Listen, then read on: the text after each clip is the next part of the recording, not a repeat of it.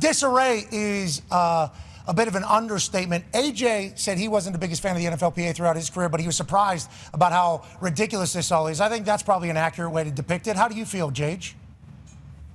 Yeah, I mean, I have a similar thought. I mean, the PA is an extremely difficult job because you're trying to get the entire National Football League on the same page, fighting towards the same cause. And you have to remember, the hardest part of it all is that it's 3.3 years or less. That's the average NFL career. So most of these guys are in the league for 3 years or less. They do not care about long-term goals of the PA. They don't care about long-term objectives. We want to play, and we want to get paid. And that's how I was as a rookie. I came in during the lockout, and they kept talking about all the big picture things and everything, and I was like, guys, I don't care. I just want to play. My pay, Trent Williams got drafted in the same slot the year before me. Got a lot more money than I did. I didn't care. I was like, put me on the field and let me play. As I went in my career and as I saw how this business works, I started to understand, there is a whole lot you should be fighting for here. And there is a whole lot that we could do. Watch all the big games. Visit all 5 Triangle locations for great specials, including half-price pizzas Monday through Friday, 4:30 to 6, and a $6 Bloody Mary on Sunday. Dine in, carry out, get it delivered. BuffBrothers.com. Aw, man, now I want wings. Parenting is hard. Technology can make it harder. The Family Media Plan developed by the American Academy of Pediatrics helps make it easier. Go to healthychildren.org/media plan today to create the media plan that's right for your family. I'm attorney Brian Ritchie. Getting hurt in a car wreck comes with all kinds of stress and frustration. But when you call me, I'll be on top of all of it. So all you need to worry about is getting better. If you've been injured in a car wreck, I'm on top of it. Contact us at ritchielaw.com. WCMC-FM HD1 Holly Springs. You're listening to The Adam Gold Show. Oh my God, I fell in love with it. I became obsessed with it. I became like a person who was running through the halls of my house screaming, "We drafted Xavier Worthy!" And my friends are like, who body snatched you? What do you mean we drafted Xavier Worthy? I forget where I was, but you were the first person to tell me that No, we I was drafted screeching. the fastest man in the draft. No, I was screeching. I couldn't believe it.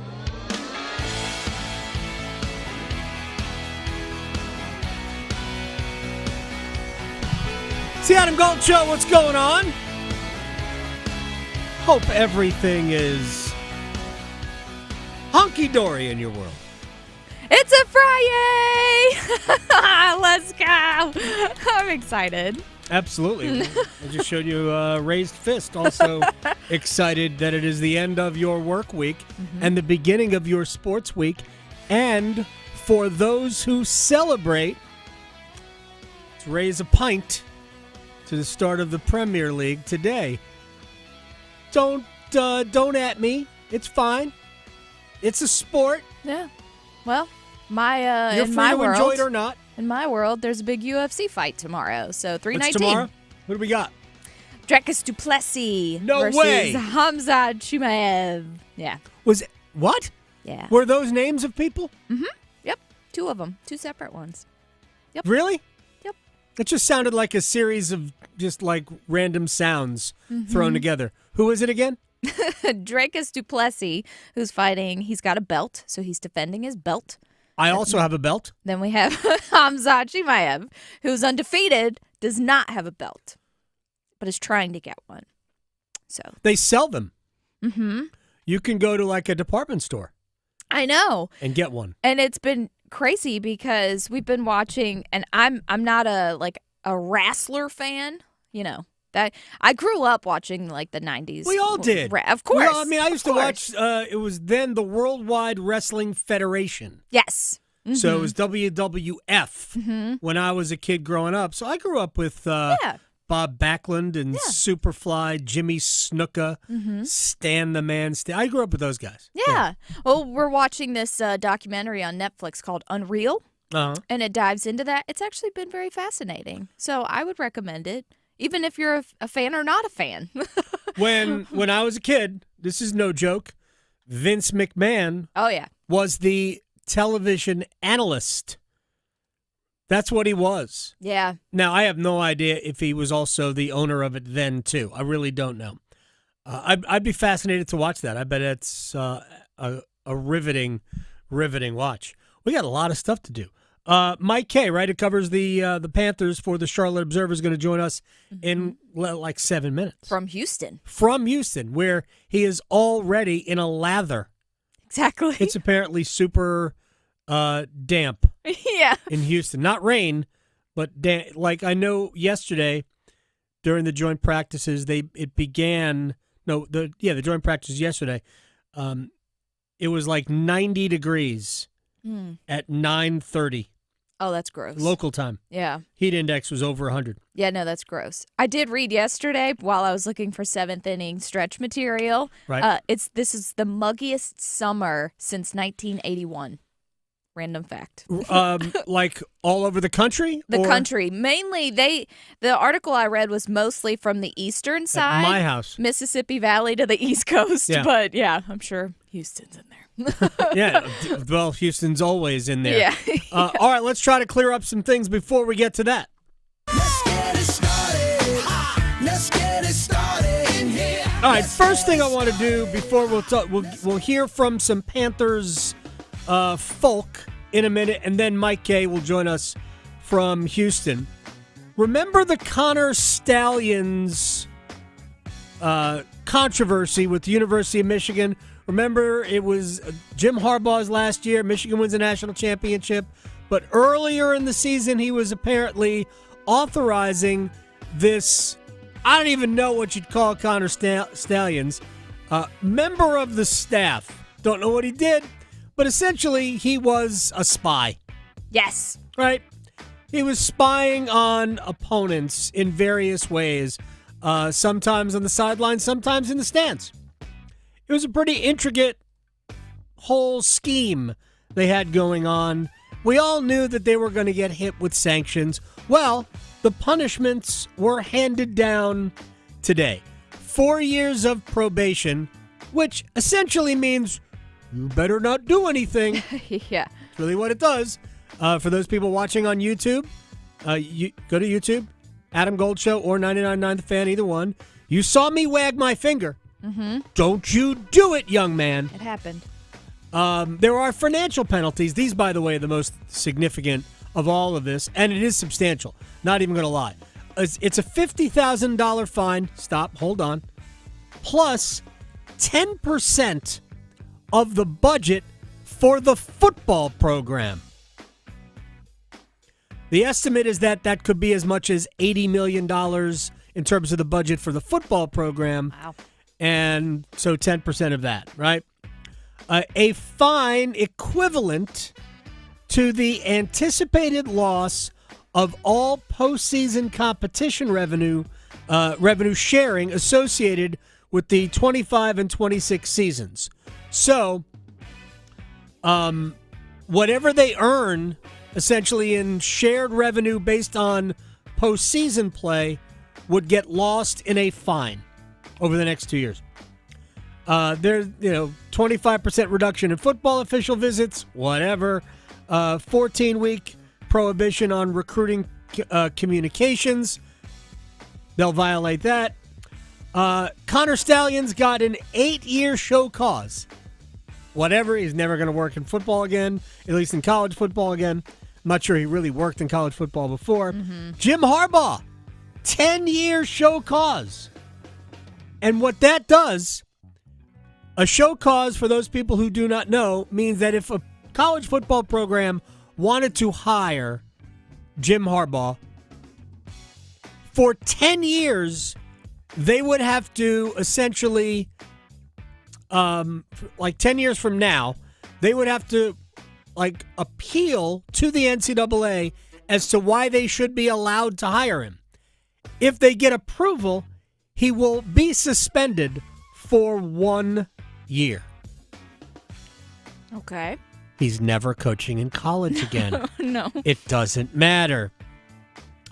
Let's see. Denard Robinson is a coach, used to play quarterback for the Wolverines, got a 3-year show cause. Sherrod Moore, the current head coach, got a 2-year show cause order. Again, they've already hired. He's been the head coach last year. and will be suspended for a total of 3 games.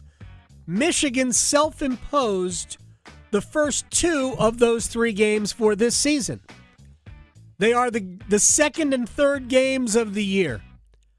It is so convenient. Not that Michigan plays anybody big in the opener, because they don't. They play New Mexico. But they're at Oklahoma the second game. Oh, they don't want to have no coach when they play at Oklahoma, so Sharon Moore will be allowed to coach that. But the next 2 games, he's suspended. Central Michigan, and then the big clash, he says jokingly, at Nebraska. And Nebraska might be okay in terms of the Big Ten this year, so maybe that's a loss. But it's interesting how you can cherry pick when you are going to be suspended. He was also suspended for the first game next season, which will be that big rivalry game with Central Michigan. Laughable. As my friend Mark Ennis, who does radio in Louisville, as he tweeted out, Rick Pitino did way less or at least provable, in the stripper gate in Louisville, and they stripped the Cardinals of their Final Four national championship. I guess Michigan is just more important to the NCAA. It is so funny. The investigative arm of the NCAA, the sanctioning weight of the NCAA, has been so diminished over time. It was worth it.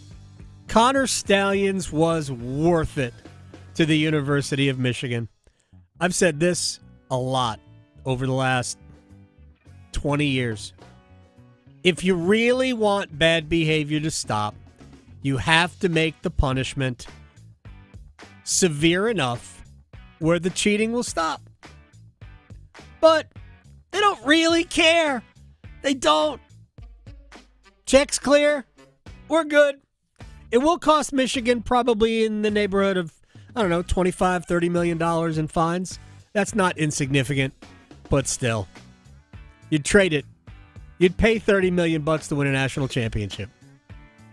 So, write the check. And who knows, maybe Michigan's got a booster like they've got at Kansas, who just paid like $300 million, wrote a check for $300 million to the Jayhawks athletic department to help fund the revenue sharing. Unbelievable. All right, Mike Kaye from the Charlotte Observer is in Houston.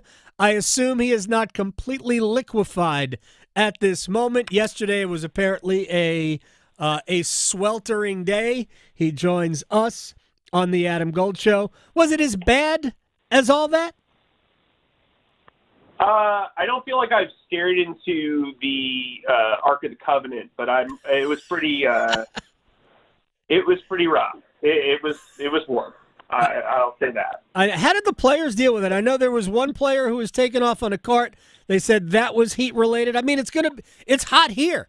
I mean, they've been practicing. I know the last 2 weeks have been somewhat, really mild. Not somewhat. They've been very mild by North Carolina summers. But before that, it was gross in Spartanburg as well. So how have the players dealt with it?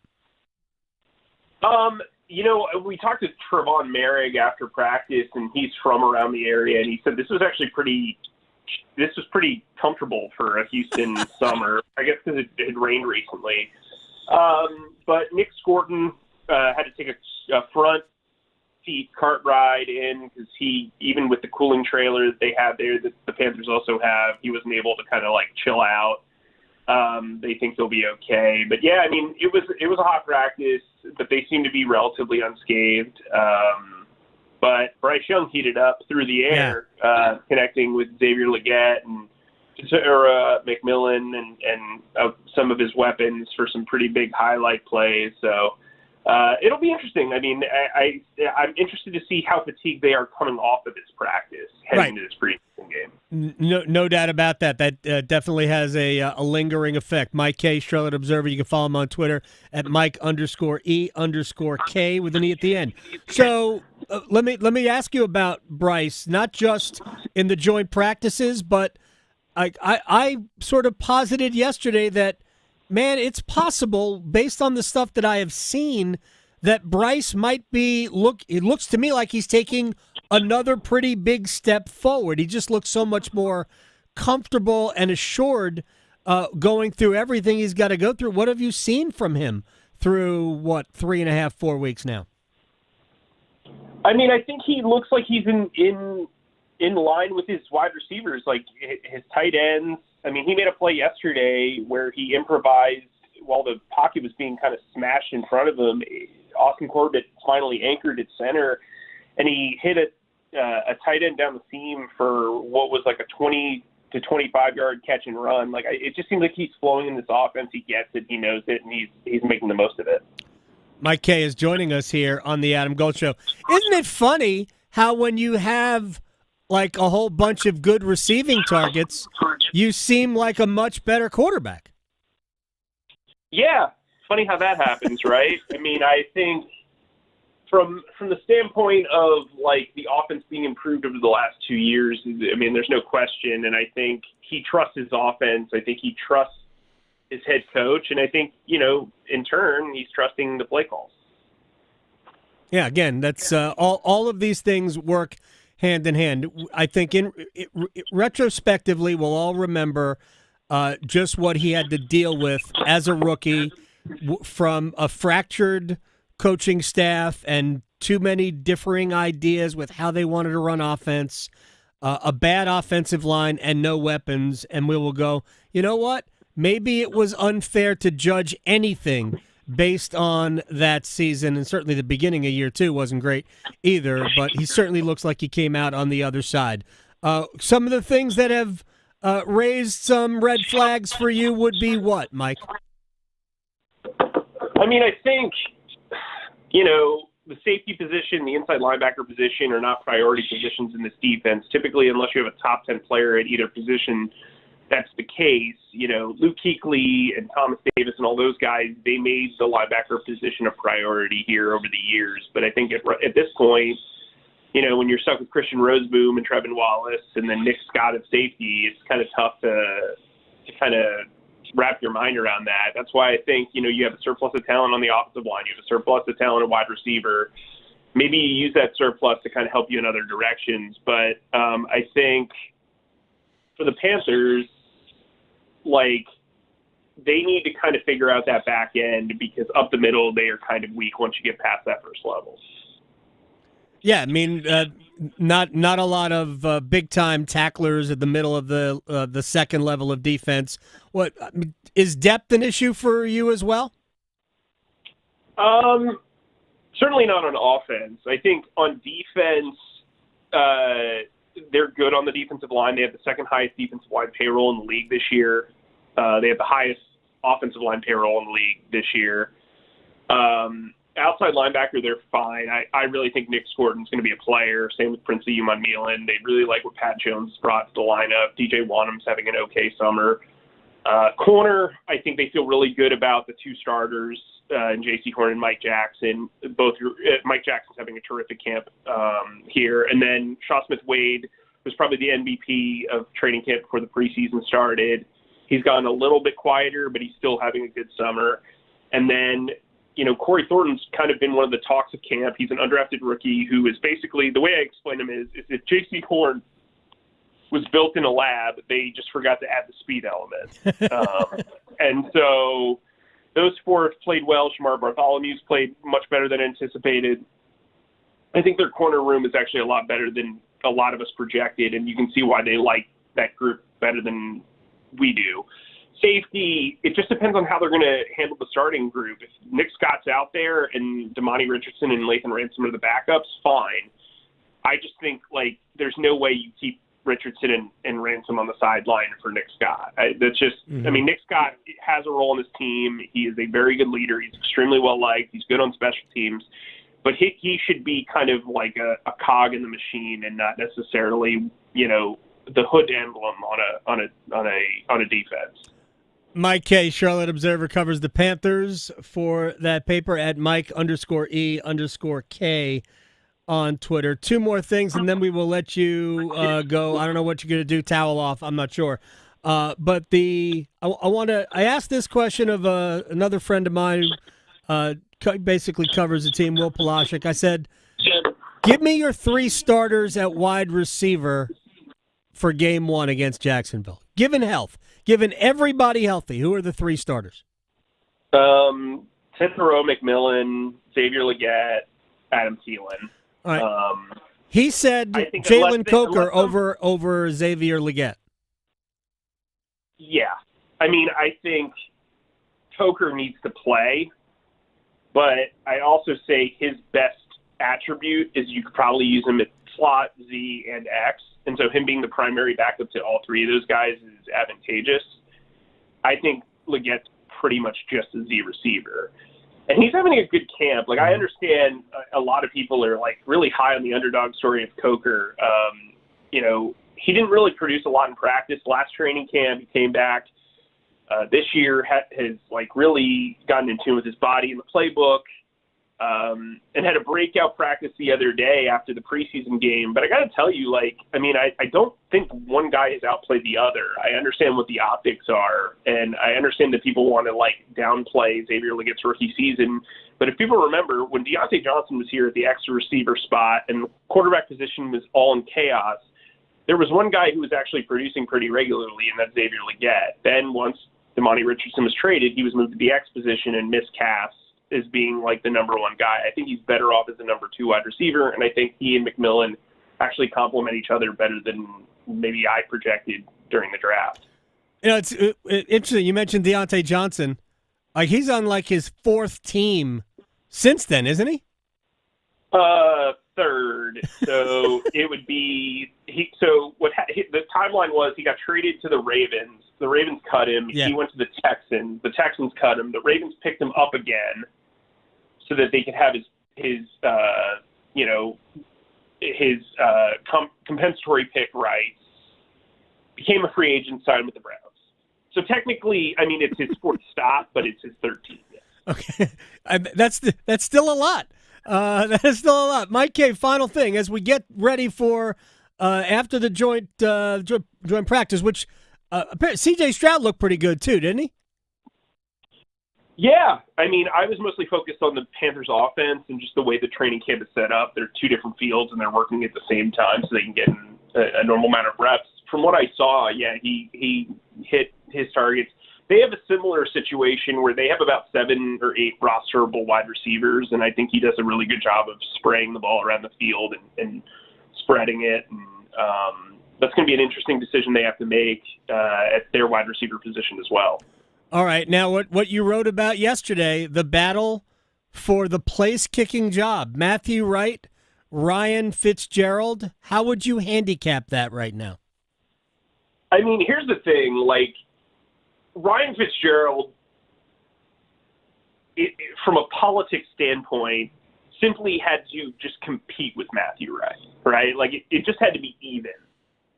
And I think Matthew Wright, who's an NFL nomad, who's been on more NFL teams than I've had coffees this morning, you know what I mean? He's really held his own. Honestly, I think he's been a tad bit better. I gave him almost no shot of winning this job coming into the summer. He's really surprised me. I'm happy to be wrong because a longer kicker competition is more interesting. And I think the Panthers are handling this the mature way. They're letting it all play out. This is a big decision. You decided you didn't want to re-sign Eddie Pinheiro, who had been here for 3 years and had kicked relatively well from a percentage standpoint. And then you bring in a guy who, is the utter definition of a journeyman. Mm-hmm. To compete with a rookie who his senior year didn't miss a kick. So it's an interesting battle. I don't think it's going to come down to like a missed field goal in the preseason. If a guy misses a bunch of field goals, then I think it'll be done. But like, I think you need to watch how the kickoffs are handled, because that's become such an important factor with the touchback now being at the 35. Yeah, I saw a breakdown of the Panthers' like line drive low kick that lands in the field of play, which at that point teams your like the kickoff coverage team can then break the line of scrimmage. So there's a lot of strategy involved in that. And a couple of years ago we had punter battles. Now we've got kicker battles. Kicker battles are always fun. Stay tuned to Mike Kaye on Twitter, at Mike_E_K on Twitter. Thank you very much. I appreciate your time, sir. We'll talk when it's cooler. Thanks for having me. You got it, Mike Kaye, here on the Adam Gold Show. All right. I want to talk about a couple of other things. First of all, the whole Michigan story is hysterical in how the NCAA is essentially afraid to really punish. It would have been very simple to do this, because we all saw it happen. It would have been very easy to simply say, Michigan, your national championship of 2 years ago has been vacated. Sorry. It is unofficial. They did that with Southern Cal during the Reggie Bush saga. It has been done before. They did it in basketball with Louisville. Heck, Memphis was suspended.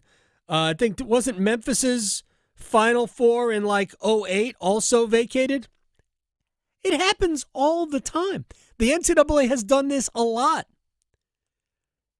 They can't take the good feeling away from you. They can't take the national championship celebration from you. All they can do is take it out of the record books. How many people have a record book? It really only matters in barroom debates. Michigan, we just won a national championship. Oh, no, you didn't.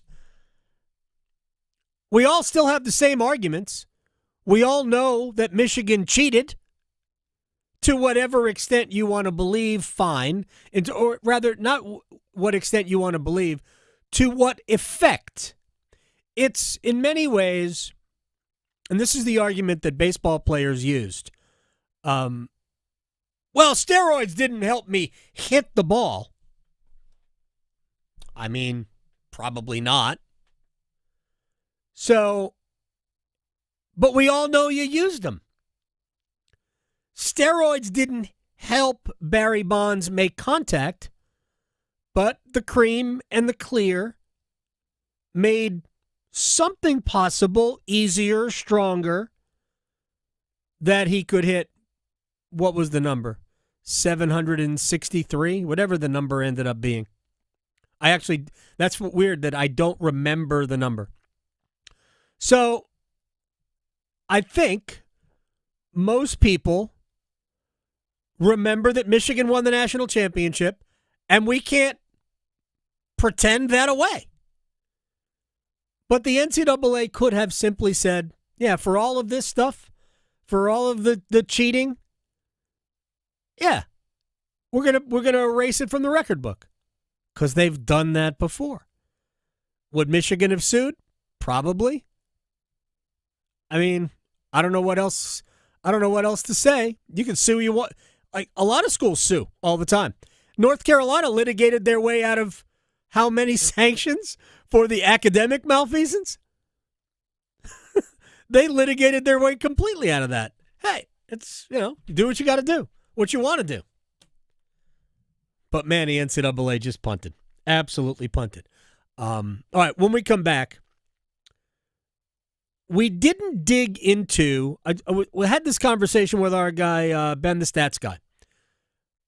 I want to talk a little bit about a couple of Carolina Hurricanes contracts that were signed recently and how valuable to the team they could be going forward.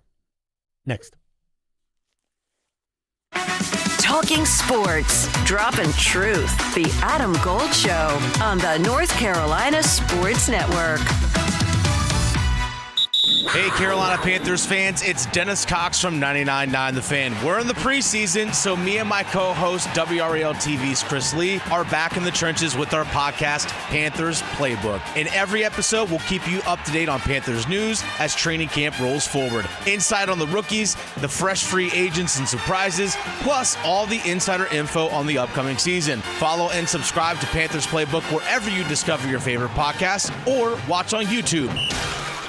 Since it's a Friday, I'm looking at the forecast, and I think we're in luck for a weekend of riding. I'm Victoria Vodnecker here from 99.9 The Fan for Law Tigers, and we finally made it to the end of the week, so it's time to de-stress a little with some motorcycle therapy. There is nothing like taking the bike out on a beautiful day, grabbing a bite to eat somewhere, taking in some scenes, and just forgetting about things for a while. But sometimes accidents can happen when you least expect them. So if you're ever in a wreck on your motorcycle, make sure to call my friends at Law Tigers first before calling your insurance company. At Law Tigers, they're just like us. They're riders too, so they get it. They know the value of your bike, your gear, and the investment that you've made, and what it's like to go through an accident. The insurance company just wants to pay you the least amount possible. Case evaluations are always free, and you won't pay a dime until your case is settled. Call 1-800-LAW-TIGERS, North Carolina's motorcycle lawyers. Law Tigers is a network of independent law firms who are members of the American Association of Motorcycle Injury Lawyers. Law Tigers is not a law firm. Kohl's Back to School sale is here with deals on looks your kids will love all year. Because even though they're sad summer's ending, let's be real, some of us are ready. It's time to trade the all-day PJs and always damp swimsuits for styles that'll keep up and hold up, so your kids will be ready too. Shop Kohl's Back to School sale and bring on the new year. Select styles, prices good through August 17th. Some exclusions apply. See store or kohls.com for details. See if you're a winner every night. Watch live lottery drawings on WRAL TV's 11 o'clock news. That's right, Carolina Pick 3, Carolina Pick 4, and Carolina Cash 5 numbers every night on WRAL TV's 11 o'clock news. See if you're a winner before you go off to bed. Get your lottery numbers live every night. North Carolina Education Lottery. Only on WRAL TV's 11 o'clock news. Oh, could this vintage store be any cuter? Right? And the best part? They accept Discover. Accept Discover? In a little place like this? I don't think so, Jennifer. Oh, yeah, huh? Discover's accepted where I like to shop. Come on, baby, get with the times. Right, so we shouldn't get the parachute pants? These are making a comeback. I think. Discover is accepted at 99% of places that take credit cards nationwide. Based on the February 2025 Nielsen report. This is what WRAL weather coverage sounds severe like. Thunderstorm warning right now in the WRAL Severe Weather Center. When your safety is a priority. An indication that there is a tornado on the ground, so get in your safe spot in this area, get in your safe spot right now. With the tools that make a difference. WRAL Storm Tracker is inside the storm. WRAL has the only dual Doppler radar in Wade County. Hear it and see it every day. It looks like the storm is doing exactly what we predicted to do. That's WRAL News. Weather coverage you can count on. Some things can steal your sunshine. Ugh, I just got my hair done. Sorry, the cooler's broken. Anyone see my flip-flops? Anyone? But COVID-19 can steal a lot more. I just took a COVID test. Ugh. Prescription medications for COVID exist. If you test positive this summer, ask your doctor if they're right for you. Visit PfizerForAll.com/COVID-19 to learn more. Sponsored by Pfizer. This is Adam Gold. And I did have to use two screens at one point, or a couple of points, and I don't like it. I can't watch two games at the same time. There's a lot going on. I'm sorry, I'm incapable of doing that. Because there were times where, I forgot this other game was on in front of me. Yeah. The Adam Gold Show.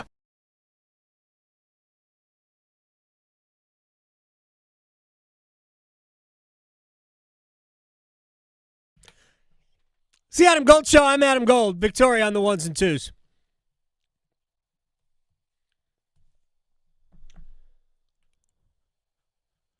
Panthers are week 2 of the preseason in Houston. That should be fun. We will see the starters again. I don't know how long we'll see them. Certainly like to see 2, 3, maybe a full quarter. Three possessions will definitely be a full quarter. I don't know. Maybe go the first half and then give way, but look forward to seeing that. And real quick before we get to what I wanted to talk about the Hurricanes and some contracts. The NBA, they announced their schedule yesterday. And we're not going to dig into the schedule. The teams that you would expect to be playing on Christmas Day will be playing on Christmas Day. All of the teams you would expect to see will be playing on Christmas Day. Like Knicks, Nuggets, Warriors, Lakers, all of that. I think Mavericks are also playing. But what some of you might not know is that the NBA is no longer on TNT. And there will be games on Amazon Prime. There will be NBC is back, which means you'll hear the John Tesh, NBA on NBC music again. But here's what's going to be a complicating factor for NBA fans.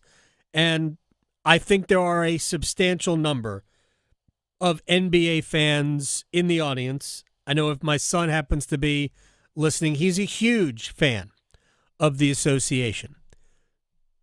So if you want to watch the NBA and their national broadcasts, you got to know the alignment.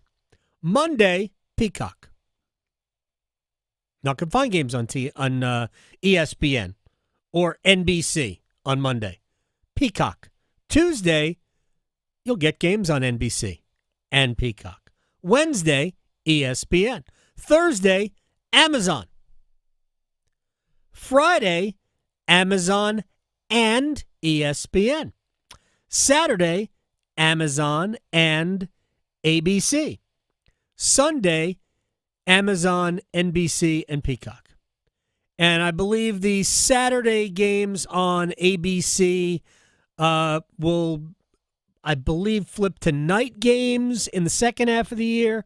But they're all over the place. All over the place. In the last 2 years, we basically saw them really in 3 places. We saw them on TNT, ESPN or ABC, and the occasional NBA TV game. But, yeah, you're going to have to know where to find them. Most nationally televised game, Lakers, Thunder, Warriors, Knicks, each with 34 nationally televised games. I watch the Knicks a lot in the playoffs. I don't know how you do it. No. I don't know how you watch them. Can't say I have. I think, to me, they're an unwatchable team. The games plod. Yeah. They just plod You have a list along. of those. Yeah. Yeah. Of unwatchable teams. Yeah, this completely unwatchable. Various sports. Yeah, well. Now, the teams that I don't like, I'm more inclined to like the Knicks. I grew up a Knicks fan. Doesn't impact me that, one way or the other when they win or lose.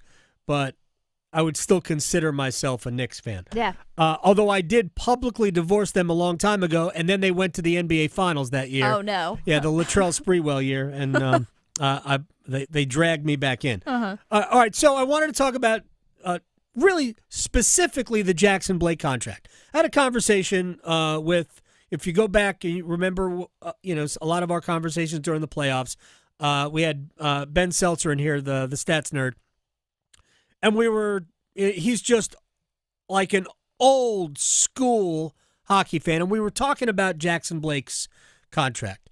And I think if you're a Hurricanes fan, you look at Jackson Blake and Logan Stankoven, and you could say the exact same thing.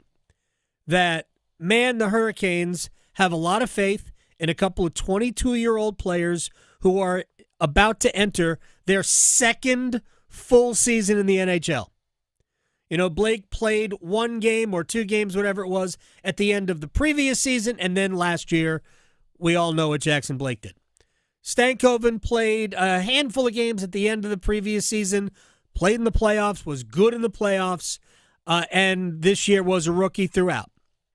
And roughly they had the same It's similar offensive numbers, Blake and Stankoven. Stankoven signed an 8-year contract, $6 million a year.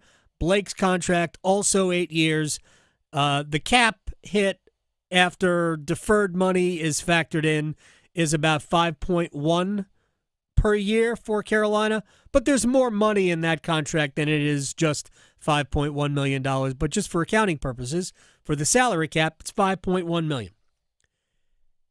And we were talking about why, and we actually had Eric Tulsky on a couple of weeks ago, and he explained, because that's a risk in both cases, it's a risk. It's a risk for the team because, hey, what if this was Jackson Blake's best season? Then we just saw it. Same thing for Logan Stankoven. What if we just saw the best that they had? Well, those contracts are bad. Flat out bad. And that is the risk the team is willing to assume. Personally, I think we're going to see better from both players. And if that is the case, how much better will determine whether we ultimately go, why in the heck did he sign that contract then? Because let me tell you this. Here is my, I don't really have a great, my comp for Logan Stankoven is kind of Chad LaRose in the way he plays, a relentless way that he goes about his business. And we don't know, by the way, whether Stankoven will ever be a center for the Hurricanes. He is certainly one of the two options to slide to the middle and take a swing at being the second-line center for Carolina. But that, to me, is the comp for Stankoven. Maybe he's a better player than Chad LaRose, which is very possible. And I'm not using that comp because LaRose is also an undersized player.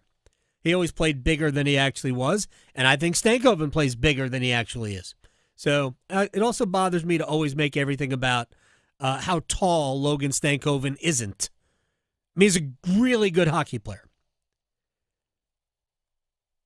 If Stankoven becomes a 50 to 60 point guy, then $6 million a year is, at worst for the team, good value. But my comp for Blake, and maybe I'm crazy. I don't think I am, but maybe I am. My comparison for Jackson Blake is Teuvo Teravainen. When you watch Blake play, and he's better at certain things than Teravainen ever was, and he'll probably never be as good as Teravainen in certain areas of his vision and things like this, but I think when you watch Jackson Blake play, what you see is an offensive creator. I don't think he's ever going to be an enormous goal scorer, although he can score goals, like Teravainen. But I think he is going to be a high assist player. And, I mean, I can see Blake being a, 20, 45 guy, depending on where he plays in a lineup, how much power play time he gets. And if we are sitting here in 2 years talking about Jackson Blake as a 55 to 65 point guy per year, we're going to look. Remember where the salary cap is going. It is going, in 2 years, it's going to be at $113 million. So if we are sitting here in a couple of years and Jackson Blake is a 55 to 65 point player, $5.1 million in a cap hit is going to look like highway robbery on the part of the Hurricanes.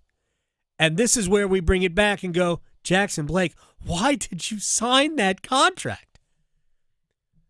Now, just to show you how it's not always going to work out the way you want, the Hurricanes have two glaring examples of long-term contracts not becoming huge value deals for the team.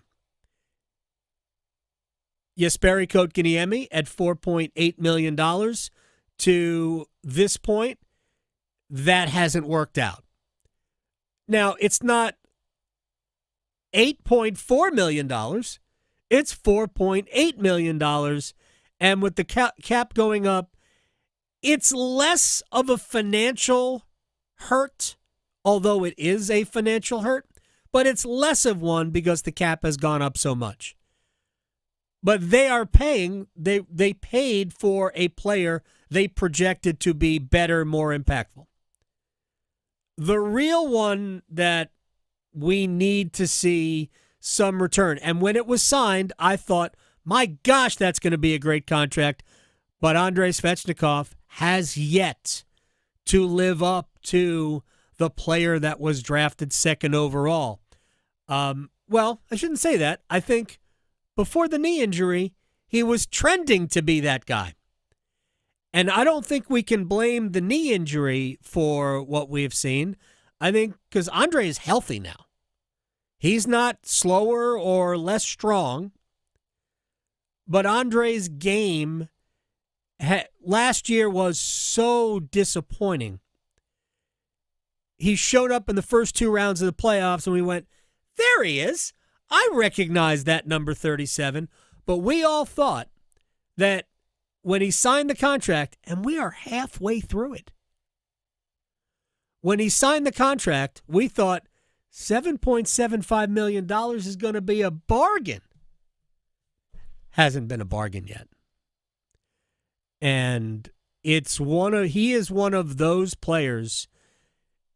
When we talk about what does Carolina need, Svechnikov is one of those players who, if he were to at least come closer to what we expect from him year in and year out, he would be a difference maker for Carolina. He can be a catalyst in so many ways. But he has to produce. He has to perform. Last year, until the playoffs, it was really a tough season. It was tough to watch. It was tough to be honest in reporting it. I'll give you one very quick snippet of a conversation. I'm going to leave the other person in this conversation out of it. But I had conversations with people who absolutely wondered if Svechnikov would be healthy extra'd in the playoffs. Imagine that. Just imagine had the Hurricanes done that.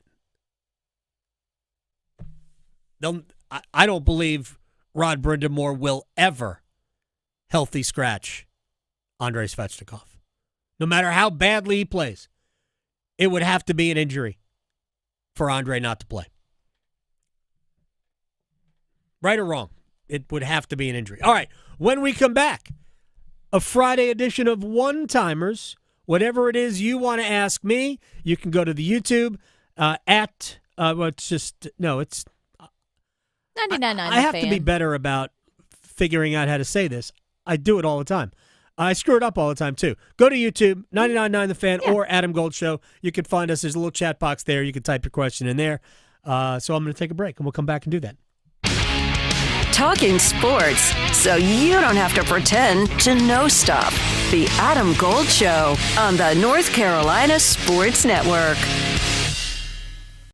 Are you taking care of someone on Medicare? Navigating Medicare can be overwhelming. You're not alone. The NC Department of Insurance SHIP program can help you figure out what steps to take and when. SHIP counselors can answer your questions. Visit ncshiip.com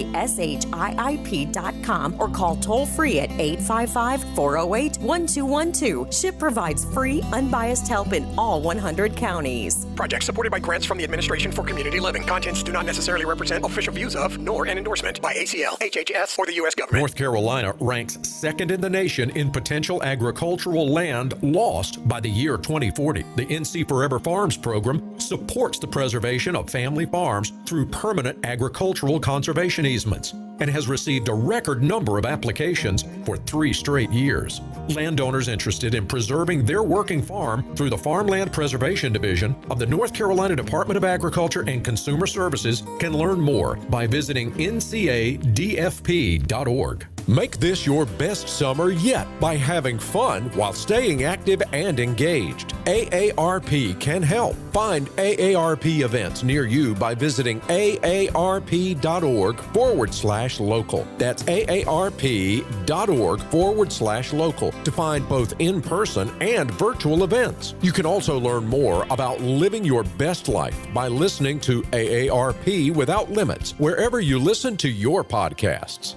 Did you know? Atlantic hurricane season runs through November. From gathering necessary supplies to planning an evacuation route, now is the time to make sure you and your family are prepared. And if a storm damages our electric system, local public power providers are ready to respond and restore power quickly and safely. As a public power customer, you benefit from having an electricity provider that restores power faster than other providers do. Visit electricities.com for storm preparation tips and resources.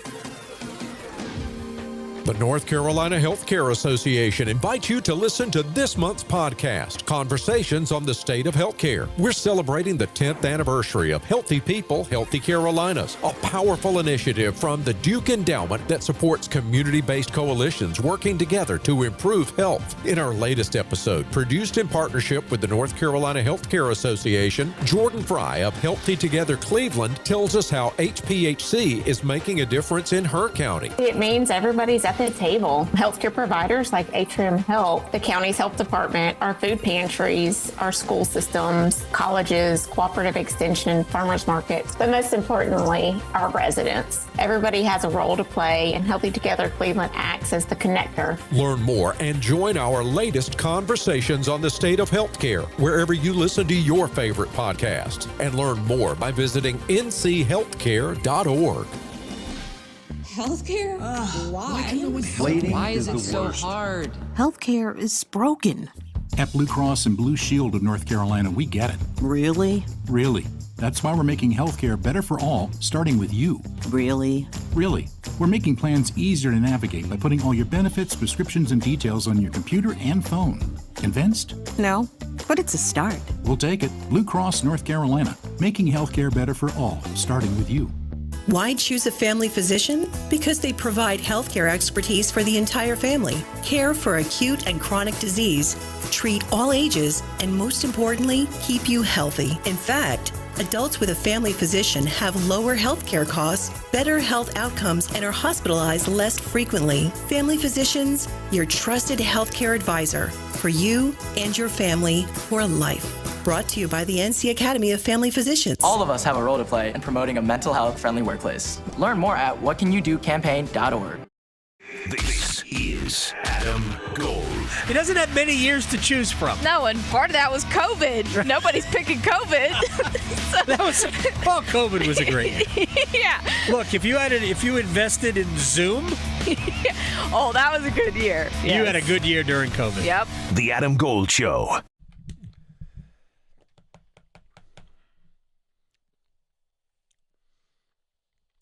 It's the Adam Gold Show. I am Adam Gold. We'll talk more college football next hour. Also, this is the second golf playoff event. Damon Hack of Golf Channel is going to stop by for a little bit because, I think a lot of us like golf. Victoria doesn't. That's fine.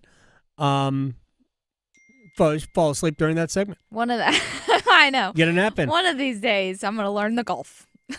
No, you're not. The golf? The golf. I like to call it the golf. The golf? Okay.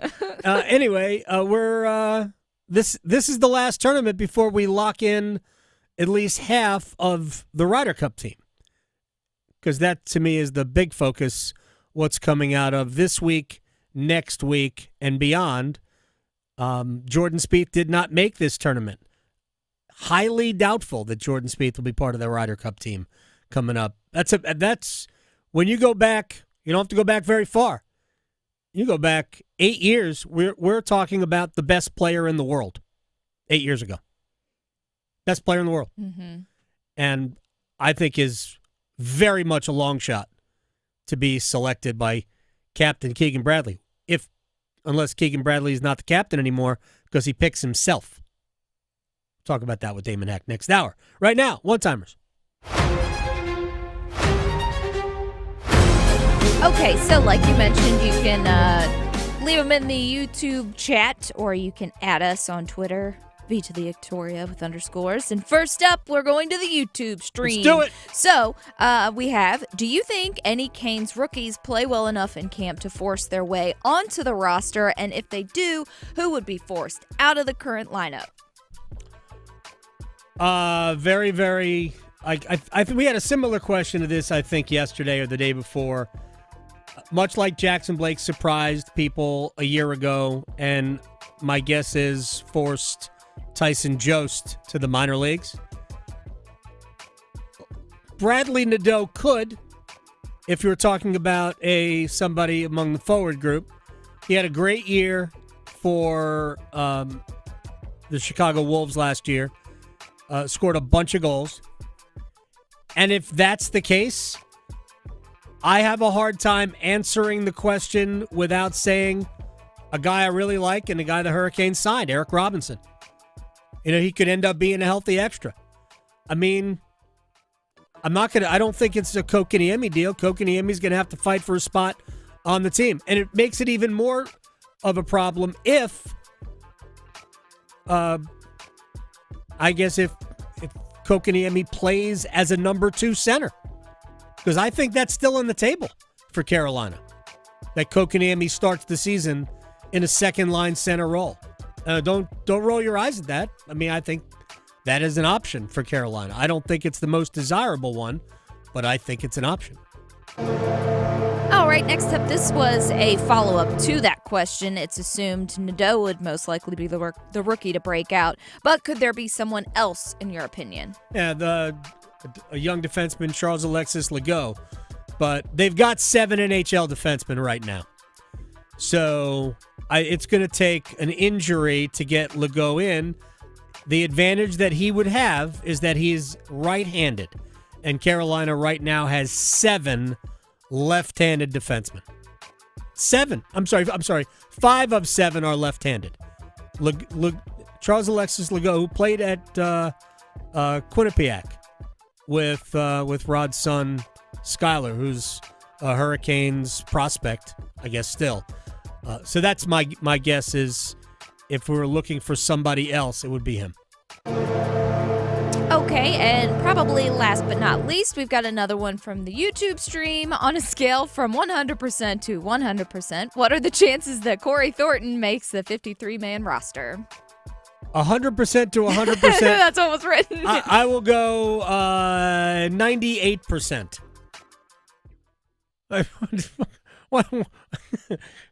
Good luck. Guess they're a big fan of Corey Thornton. I guess they are. Look, who isn't? Who isn't a big fan of Corey Thornton?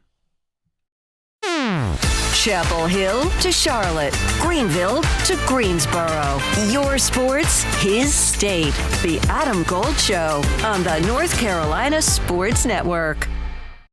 Adam Gold here for my friends at X Golf in Cary. Date night blahs, you were thinking about dinner and a movie? Nah. X Golf, great atmosphere, superb bar menu, incredible staff, a really cool vibe, and the best golf simulator in North Carolina. Take date night to a whole new level. And on top of that, I'm going to hook you up. Buy one, get one free special. Just mention me, Gold. I'll turn your 1 hour into 2. X Golf in Cary, the home of premier indoor golf in North Carolina. You've heard the perfect scores on air.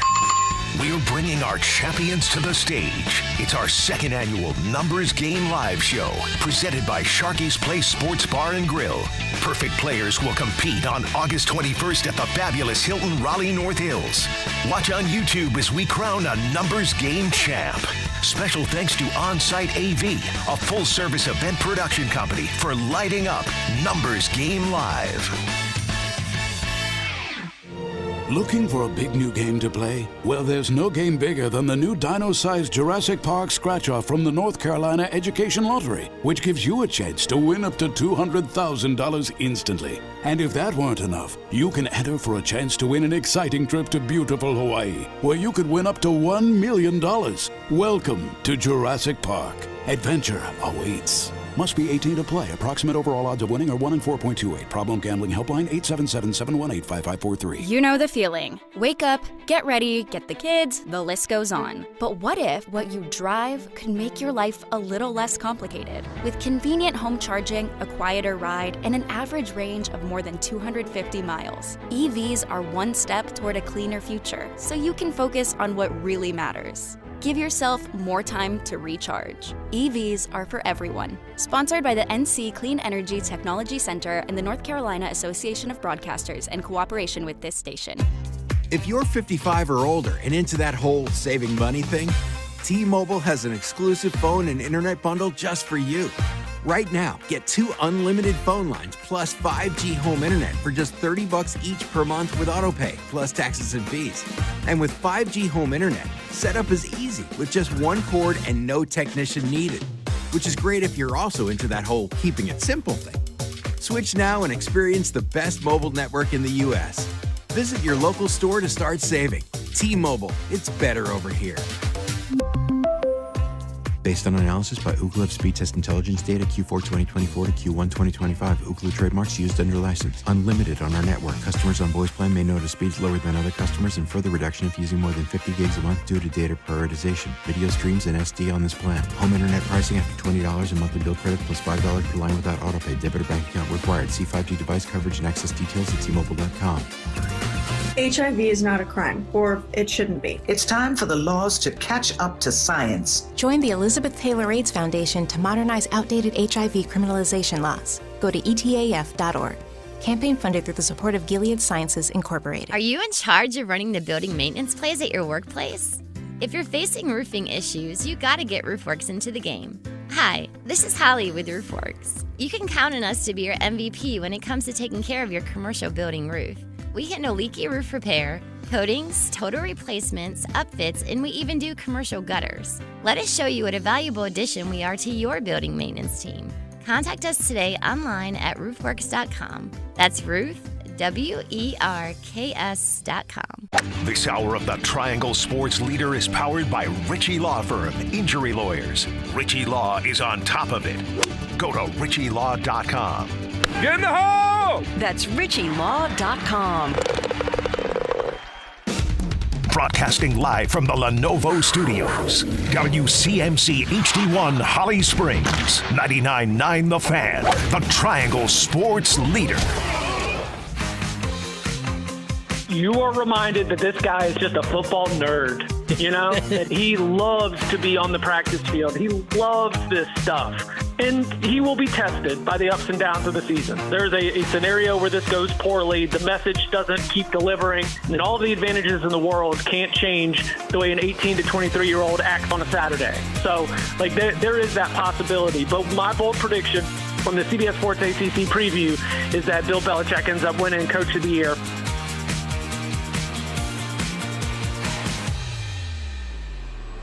It's the Adam Gold Show. Chip Patterson from Wednesday. I'll say this, if Bill Belichick is your Coach of the Year, probably means that Carolina won 10 games. Because I think, honestly, that's what it would take. The schedule's not hard. I'm not going to say the schedule is an absolute breeze, because while TCU isn't great, it's a losable game for Carolina on Labor Day. Gosh, we're not that far from it. 2 weeks from Monday? 2 weeks from Monday. Right around the corner. Yep. That's a losable game, and a game at Central Florida is losable. But if they do what they hope they will do, which is go 4-0 in the non-conference, yes, you've got a week off, then Clemson, then another week off, and then a trip to Cal. There's not a ton left. Again, at State, home against Duke. At Syracuse, probably will be. They are losable games. But part of the reason I was so high on the success of this season, we don't know how good the football team's going to be, is because I believe Bill Belichick will be very good at assessing his own team's weaknesses, avoiding them, and exploiting other teams' weaknesses. I think he'll get the most out of the group.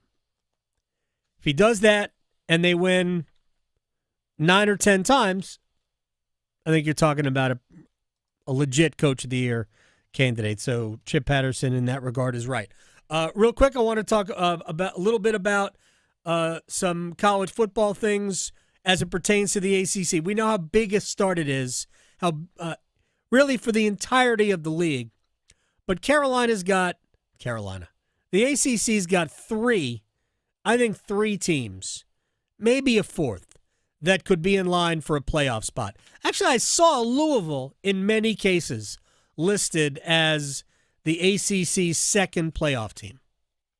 That would be exceptional if Louisville is part of that. But I think the top three are Clemson, SMU, and Miami. And they each have what I believe are, obstacles in the opening part of the season. Obviously, Clemson opens with LSU.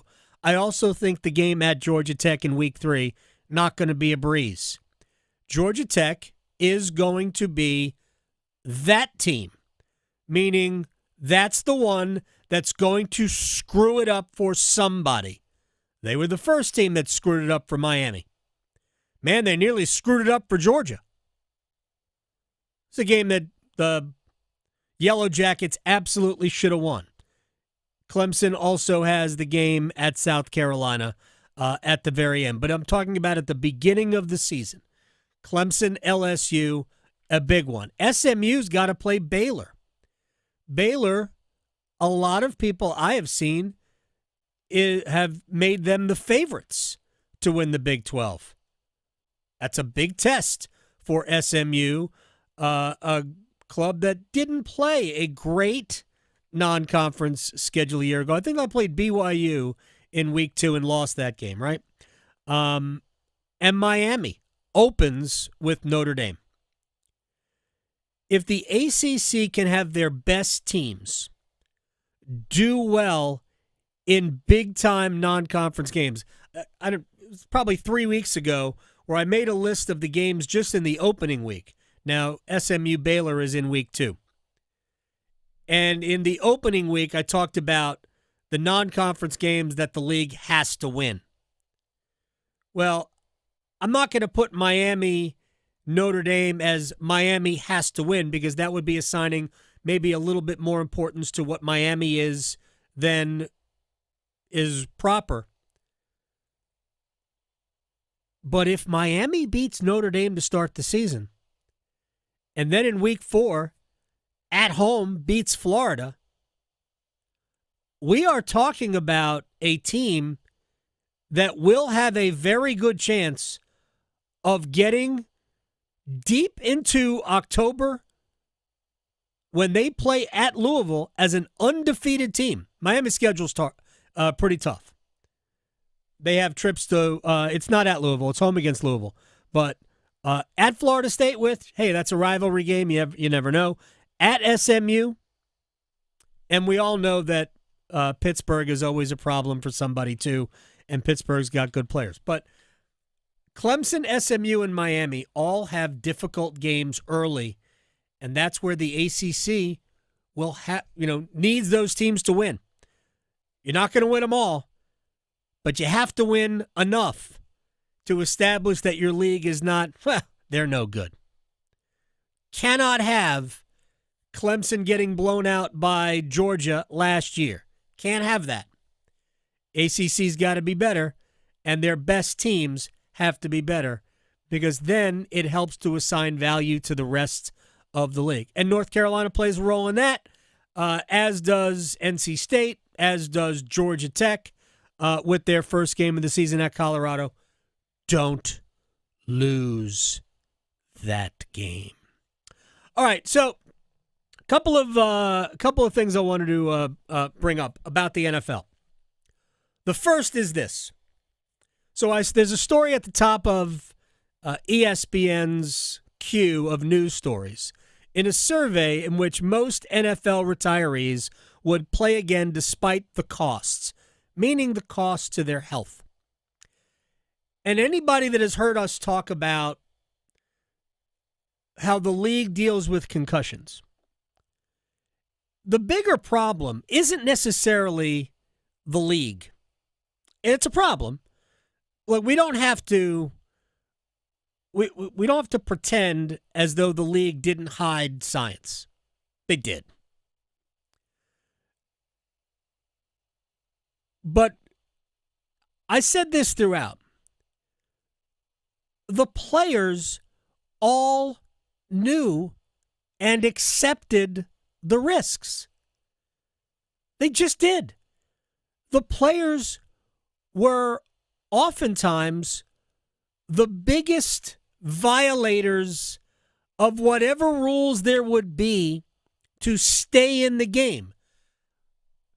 2 years ago, Tua Tagovailoa, was it 2 years ago or 3 years ago, where they picked him up, wobbly, 2 seasons ago, and basically let him stay in the game. Mm-hmm.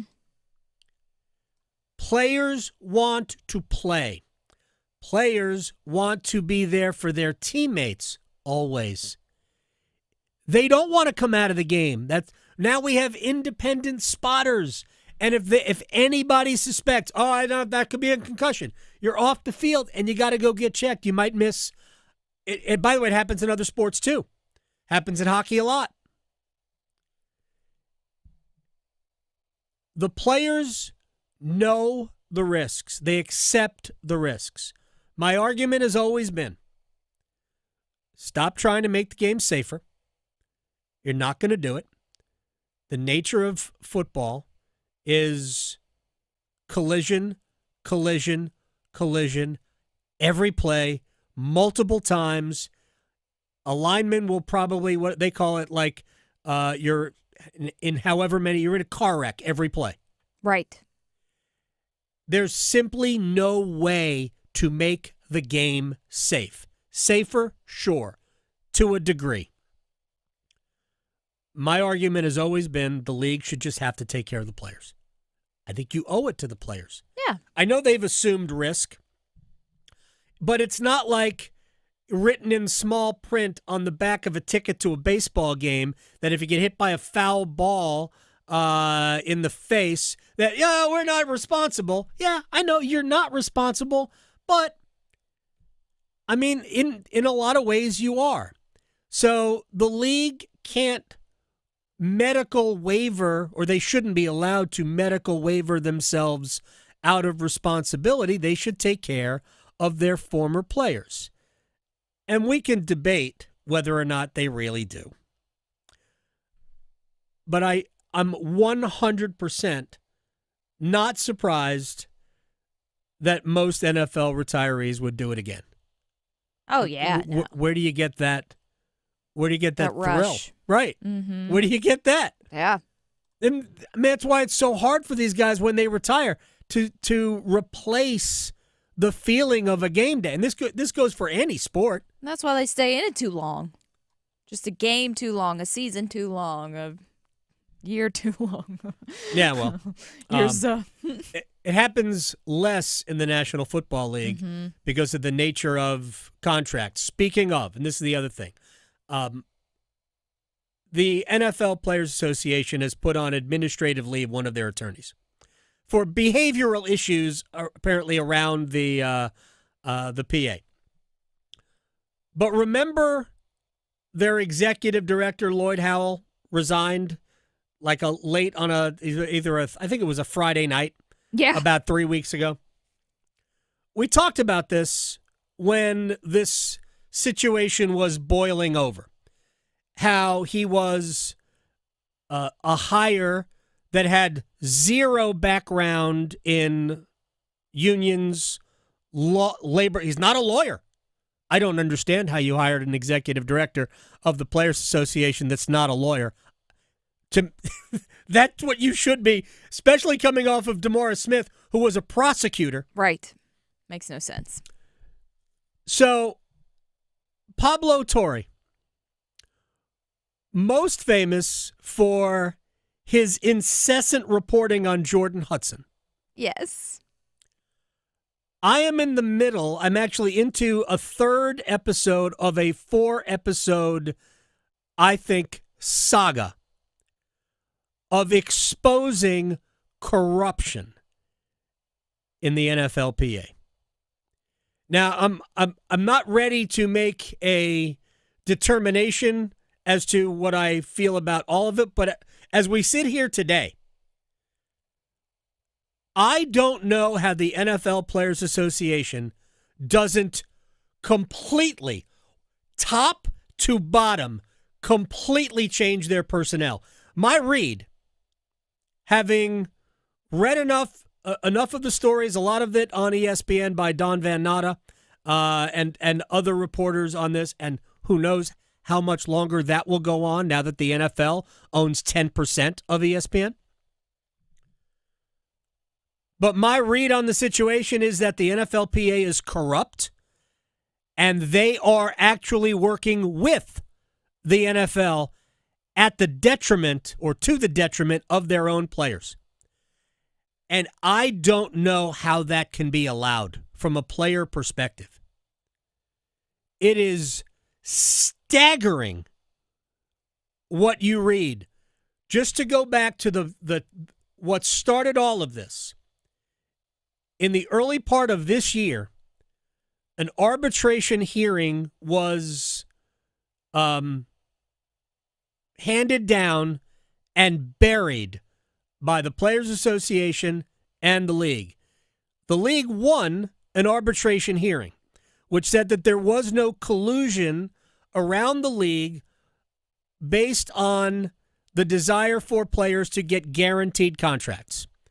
We all know that this is the NFL players. There's only one NFL player with who negotiated a full guaranteed contract. I should say two, because Kirk Cousins just, I believe, did get a 3-year guarantee, but I'm not sure that it was fully guaranteed, lock, stock, and barrel.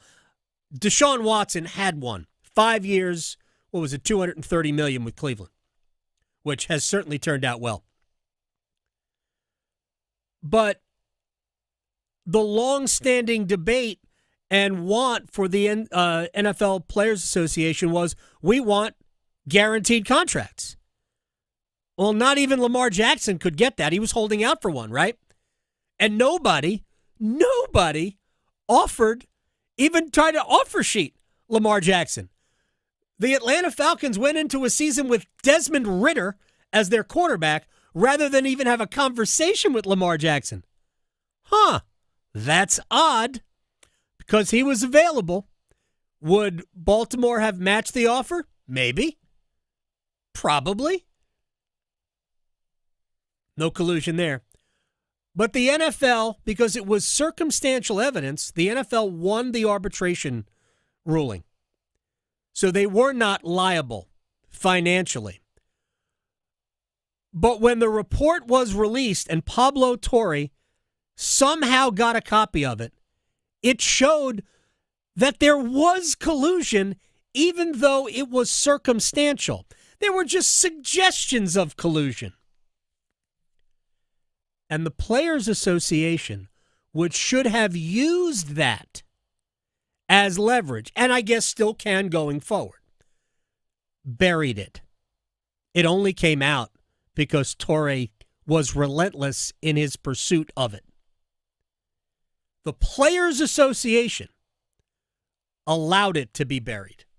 How on earth can you represent your constituents who want guaranteed contracts, know in that document that the NFL did collude, and you agreed to bury it? Why? That story is unfolding. The Players Association is in for a major upheaval. Damon Hack of Golf Channel, second playoff event going on now in Baltimore. He will join us next. From the heels, touchdown Carolina, to the canes. She scores! He covers it all. The Adam Gold Show on the North Carolina Sports Network. Listen every afternoon for The Drive with Tim Donnelly. We are knocking on the door of the regular season for the Carolina Panthers, and there are still so many questions on the defensive depth chart. The depth the second unit. What happens if someone gets hurt? For the Carolina Panthers defense is the type of question where the answers are harrowing. You don't want to see them. It's like the end of a horror movie. Just roll credits. The Drive with Tim Donnelly, 3 to 6 on 99.9 The Fan. Uh-oh, I think I see the sun finally coming out and just in time for the weekend. I'm Victoria Vodnecker here from 99.9 The Fan for Law Tigers, and I know we've been dealing with a washout this week, but I think we're in luck for the weekend, and we might get a little break from the rain, which I know will make it a prime time to take the bike out before it gets super hot again. And no one ever wants to plan for an accident, but in the case that you are out and about and you ever get in a wreck on your motorcycle, make sure to call my friends at Law Tigers first before calling your insurance company. At Law Tigers, they're riders just like us. They get it. They know the value of your bike and your gear and the investment that you've made. They know what it's like to go through an accident. The insurance company just wants to pay you the least amount possible. So case evaluations are always free at Law Tigers, and you won't pay a dime until your case is settled. Call 1-800-LAW-TIGERS, North Carolina's motorcycle lawyers. Law Tigers is a network of independent law firms who are members of the American Association of Motorcycle Injury Lawyers. Law Tigers is not a law firm. Longer days mean longer rides. Make sure your bike, your ATV, your side-by-side, even your golf cart are the best around. From sound station and security, we've got custom stereo systems, custom speakers, even video and LED lighting options for your bike, your ATV, and even your golf cart. Look the coolest on the road or at the lake, just tooling around. All available with installation from sound station and security, with 2 locations, downtown Smithfield and on Glenwood Avenue in Raleigh. Online at myhotsound.com. Stitches, itches, aches, and pains. Strep and sinus, minor sprains. Pink eye, earaches, fever, flu. Virtual visits, physicals too.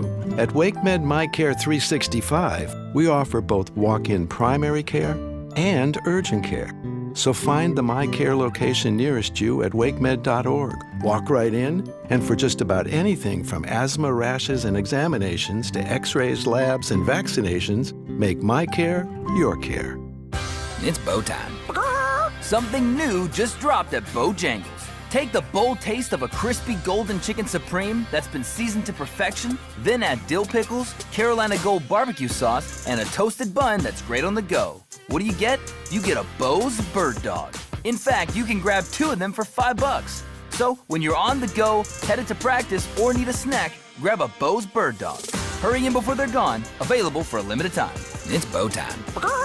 There's no time like bow time, but sometimes it's go time. No time to stop, but the perfect time for a Bojangles Bird Dog. A seasoned to perfection Bojangles Chicken Supremes, dill pickles, and Carolina Gold barbecue sauce, all tucked inside a toasted bun. Great on the go. Try 2 Bird Dogs for just $5 or 2 Bird Dog combo for just $8.25. Available for limited time only. When you're hungry for flavor and value, it's bow time. Oh, could this vintage store be any cuter? Right? And the best part? They accept Discover. Accept Discover?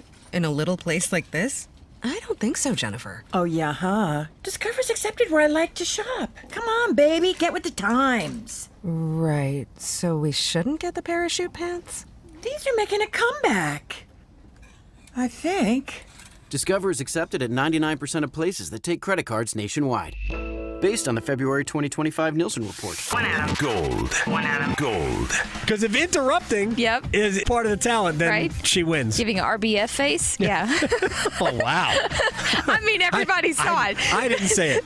I that picture did not say that. When they were asking Bill and she interrupts him and they look at her, that's evil. Like, yeah. Okay. I was waiting for the lights to come out of her pupils. You're not wrong. The Adam Gold Show.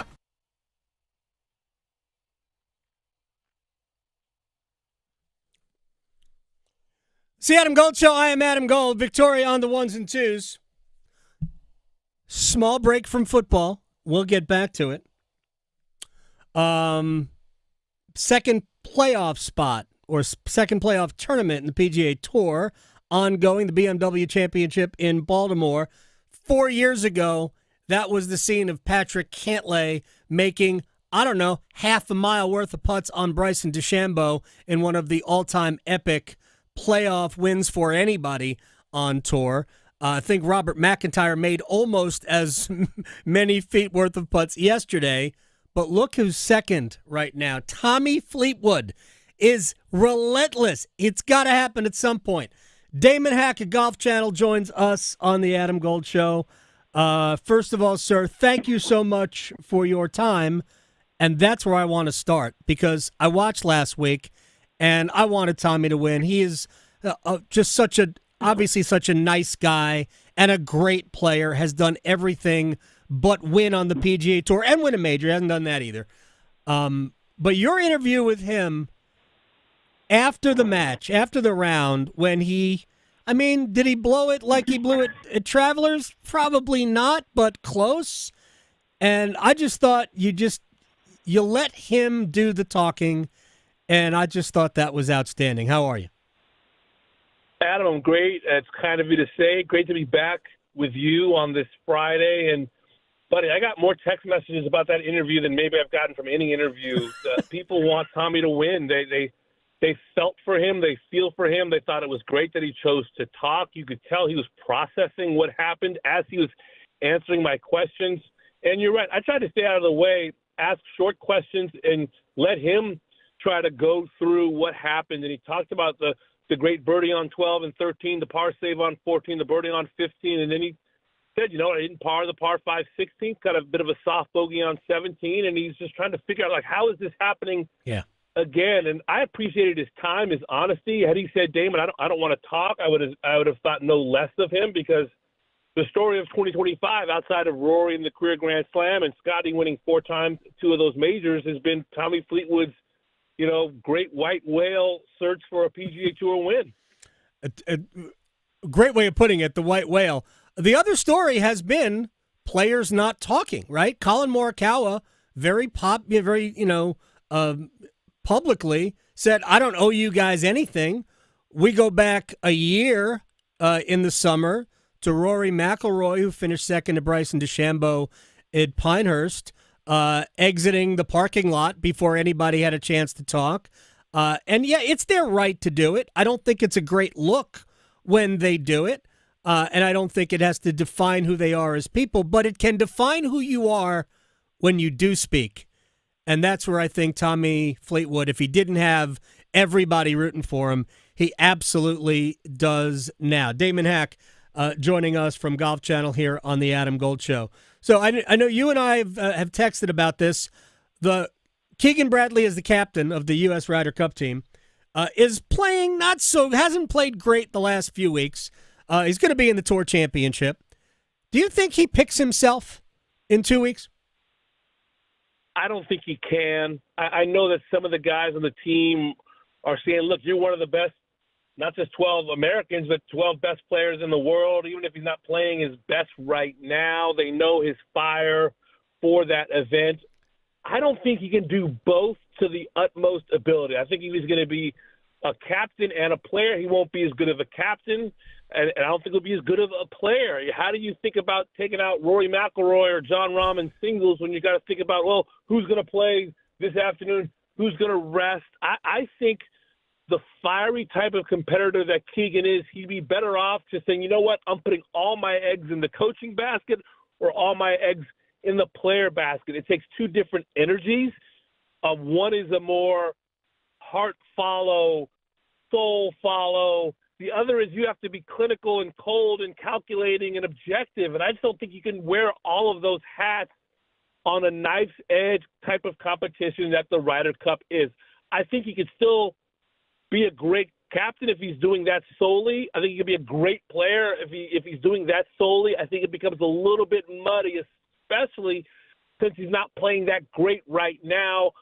Let the hot players, let the Cameron Youngs, Ben Griffins, maybe Chris Goddard up, get some new blood, young blood, guys who hit the ball an absolute mile. Cameron Young has won on that golf course as an amateur, shot 64 on that golf course. I think there are some options Keegan has if he doesn't want to muddy the waters and try to do both. Wait, Cam Young shot 64 at the Black Course? As a 17-year-old amateur, and it was the course record until Brooks Koepka shot 63 there in the 2019 PGA Championship. Cameron Young is from New York, has played that golf course a lot, knows that type of golf course architecture well. It hits the ball an absolute mile. He's big. He's strong. He's a New Yorker. I think it would be a travesty if he's not on this team. Oh, I think he'll definitely be on the team, especially coming off not that long ago getting his first PGA Tour win. If Justin Thomas doesn't play his way in automatically, he's pretty close, but he hasn't played well the last couple of weeks, and it looks like he's near the bottom of the leaderboard right now. You have to assume Thomas will be a pick. Morikawa's had the best bad season of probably anybody at his stature. He'll be a pick. I would imagine Patrick Cantlay, with his record with Xander Schauffele as a partner in Ryder Cup matches, will likely be a pick as well. Ben Griffin, you mentioned. After that, it's kind of a gray area. There's a lot of options. You mentioned Goddard. It's been a few weeks since he has played actually pretty poorly the last few weeks.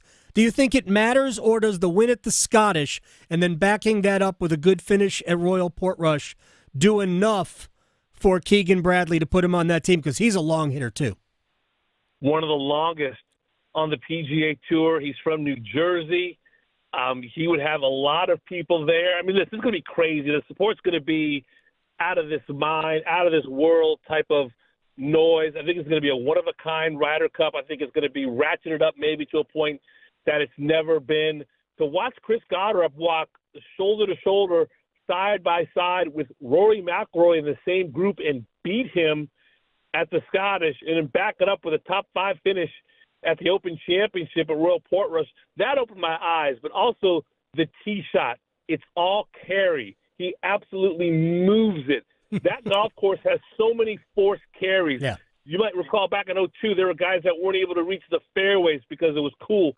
September could be a little bit dicey. It's shoulder season in New York. I want horses. I want big, strong dudes that can handle a 50-degree Friday morning. And I think that both Young and Goddard, not just by their birth, but by their skill set, they represent those qualities in spades. Damon Hack is joining us from Golf Channel. This is a true story. I was at the opening round in 2002, and Chris DeMarco, Scott Verplank, and I forget the third player, a similar length hitter, not very long, teed off the 10th hole. And yes. I believe it was Verplank who hit his drive dead straight, and it came up about 3 yards short of the fairway in the rough, and you saw him look in astonishment that he did not reach the fairway. Now, I believe in 2009, they started the fairway a little earlier, so that wouldn't happen. But yes, I remember being there in the 10th fairway watching that, and that was remarkable to see a pro who thought he hit it well not be able to reach the fairway. That is, as they say, a very big ballpark. If Sam Burns were to play well and maybe win today, how does that play in? Because the way I look at it, it's Burns, it's Goddard up to a certain extent, maybe even a Jake Knapp who also hits the ball a long way and is a great putter.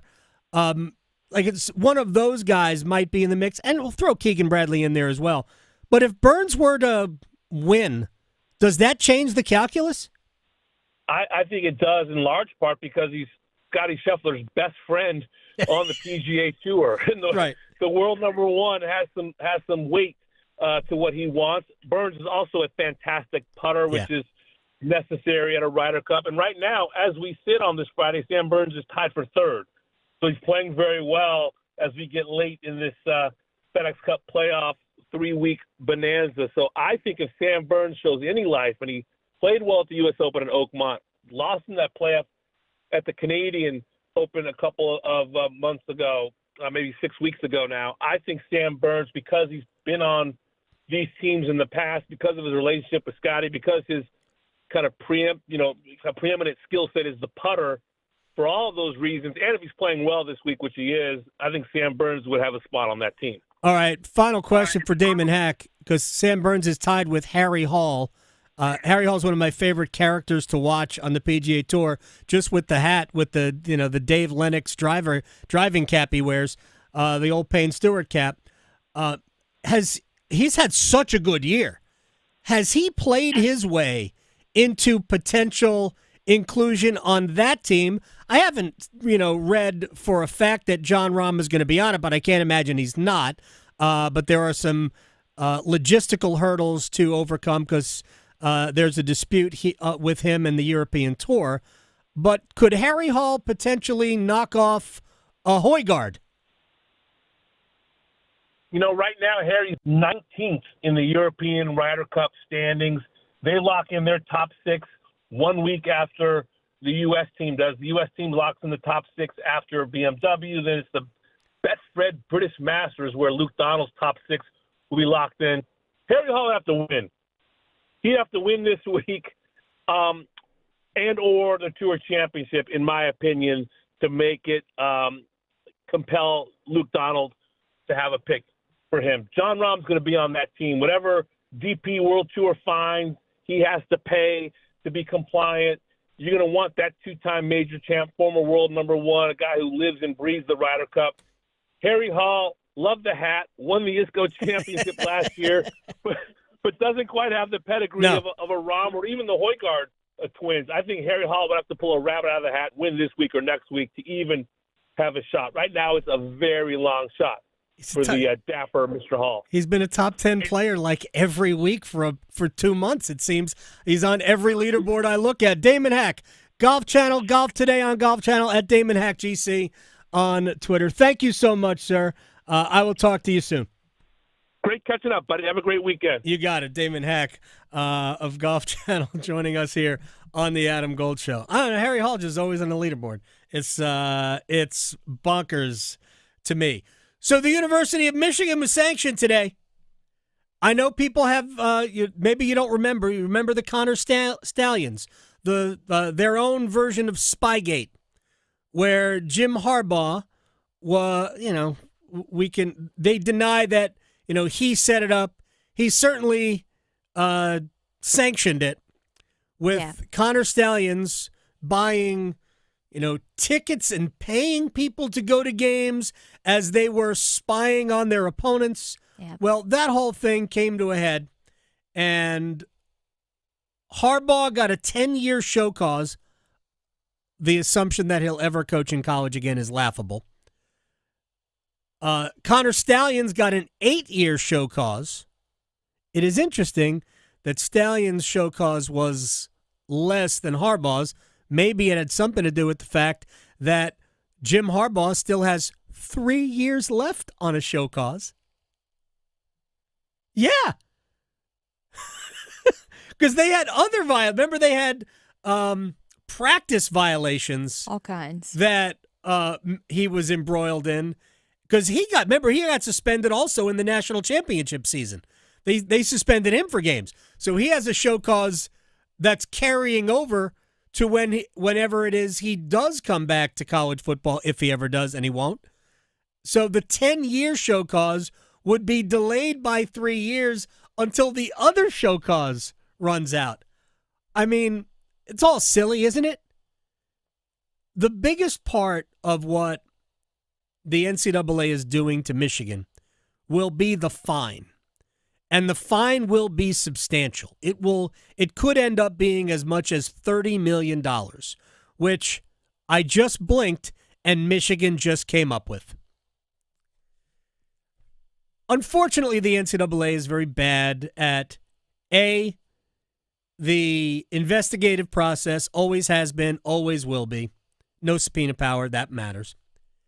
And B, they're bad at the punishment phase. They're bad at both of those things, which is why it pays to cheat. So ultimately, even though the fine is substantial, the University of Michigan would do it again. I would ask any fan of any school. I would ask an athletic director. We're going to talk to Bubba Cunningham on Monday. Would you pay $30 million to win a national championship in football? I'm not sure how he'll answer it, because you have to be very careful how you say these things. But I promise you The answer is yes. Even if the NCAA vacated Michigan's national championship, which they did not, they vacated Southern Cal's national championship because Reggie Bush was living in a house off campus, which was sort of mansion-y, while he was a college student back in the early part of this century. Southern Cal's, I think it's the 2004 national championship, was vacated. They've done it before. They can do it again. We all watched Southern Cal win, so it's not like you can take that memory away. This ain't Hogwarts. We're not going obliviate, and suddenly we forgot that it happened. The NCAA could do that, though. They could say, officially, it's gone. So Michigan wouldn't be able to put it in their program, like people buy programs anymore.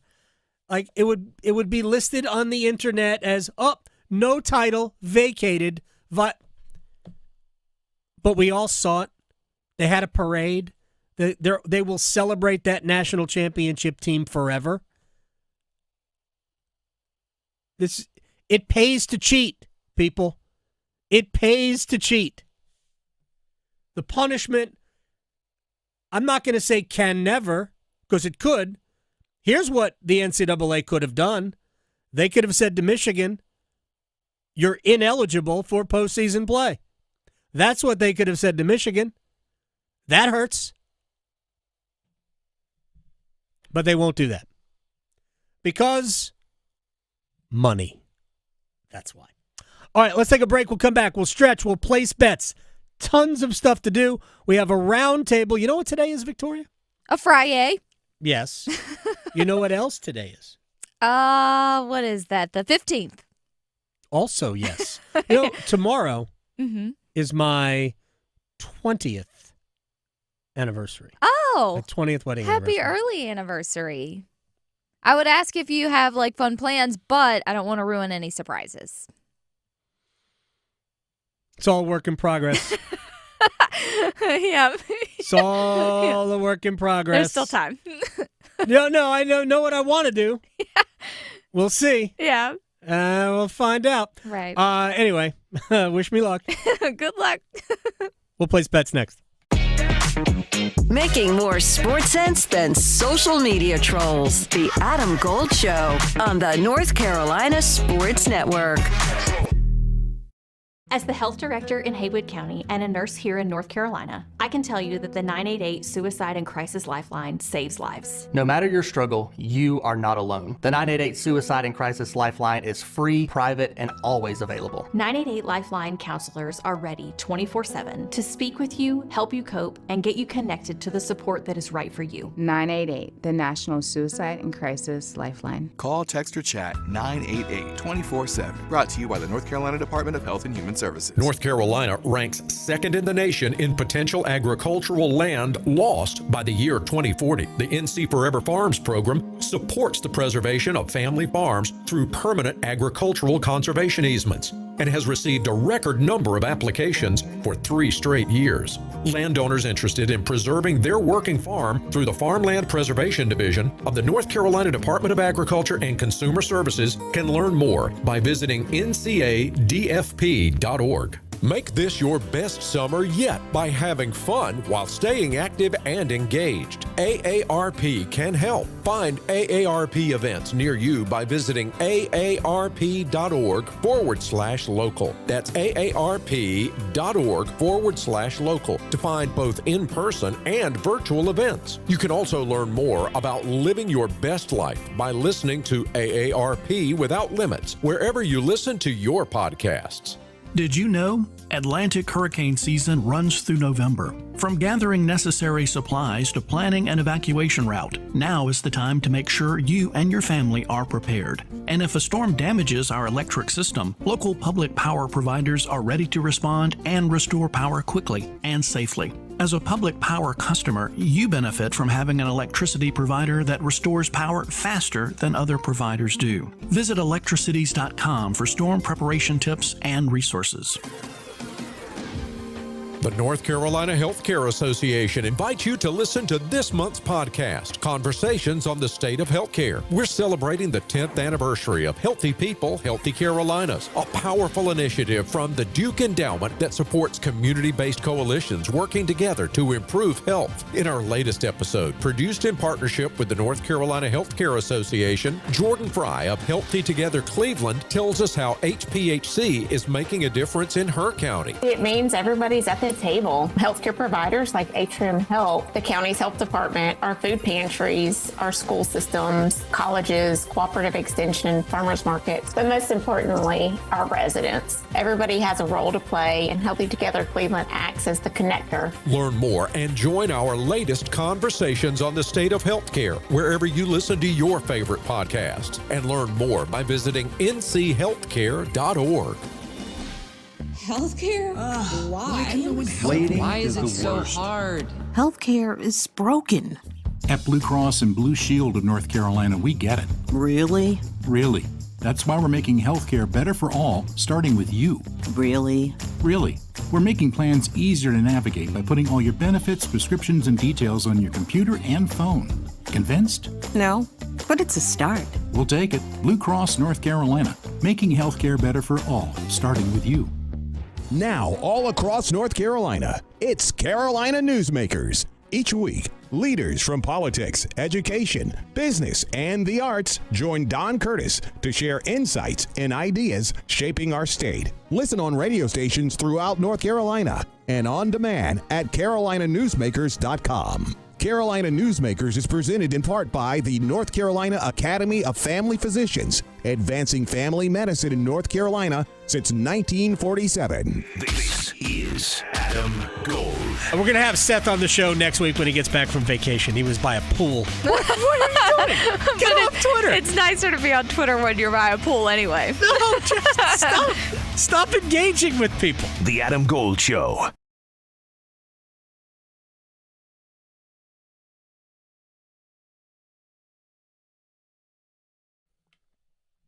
It's the Adam Gold Show. I am Adam Gold. I didn't finish the thought. Today, yes, is opening day in the Premier League. Championship started a week ago, but we start in the top flight. Best league, best soccer league in the world starts today. So it will feature when we place our bets. Also, next hour, right at the end of the show, we're going to get a quick preview of the league, if you are so inclined, because I am. All right, it's time to stretch. Okay, well, it's very fitting that we're stretching because today is also, I knew you weren't going here with this one, National Relaxation Day. I might be going there tomorrow. I was going to say, if you needed an idea, gentlemen, that's always a great idea to get a little spa package or whatever. By the way, do you know what the appropriate gift for the 20th anniversary?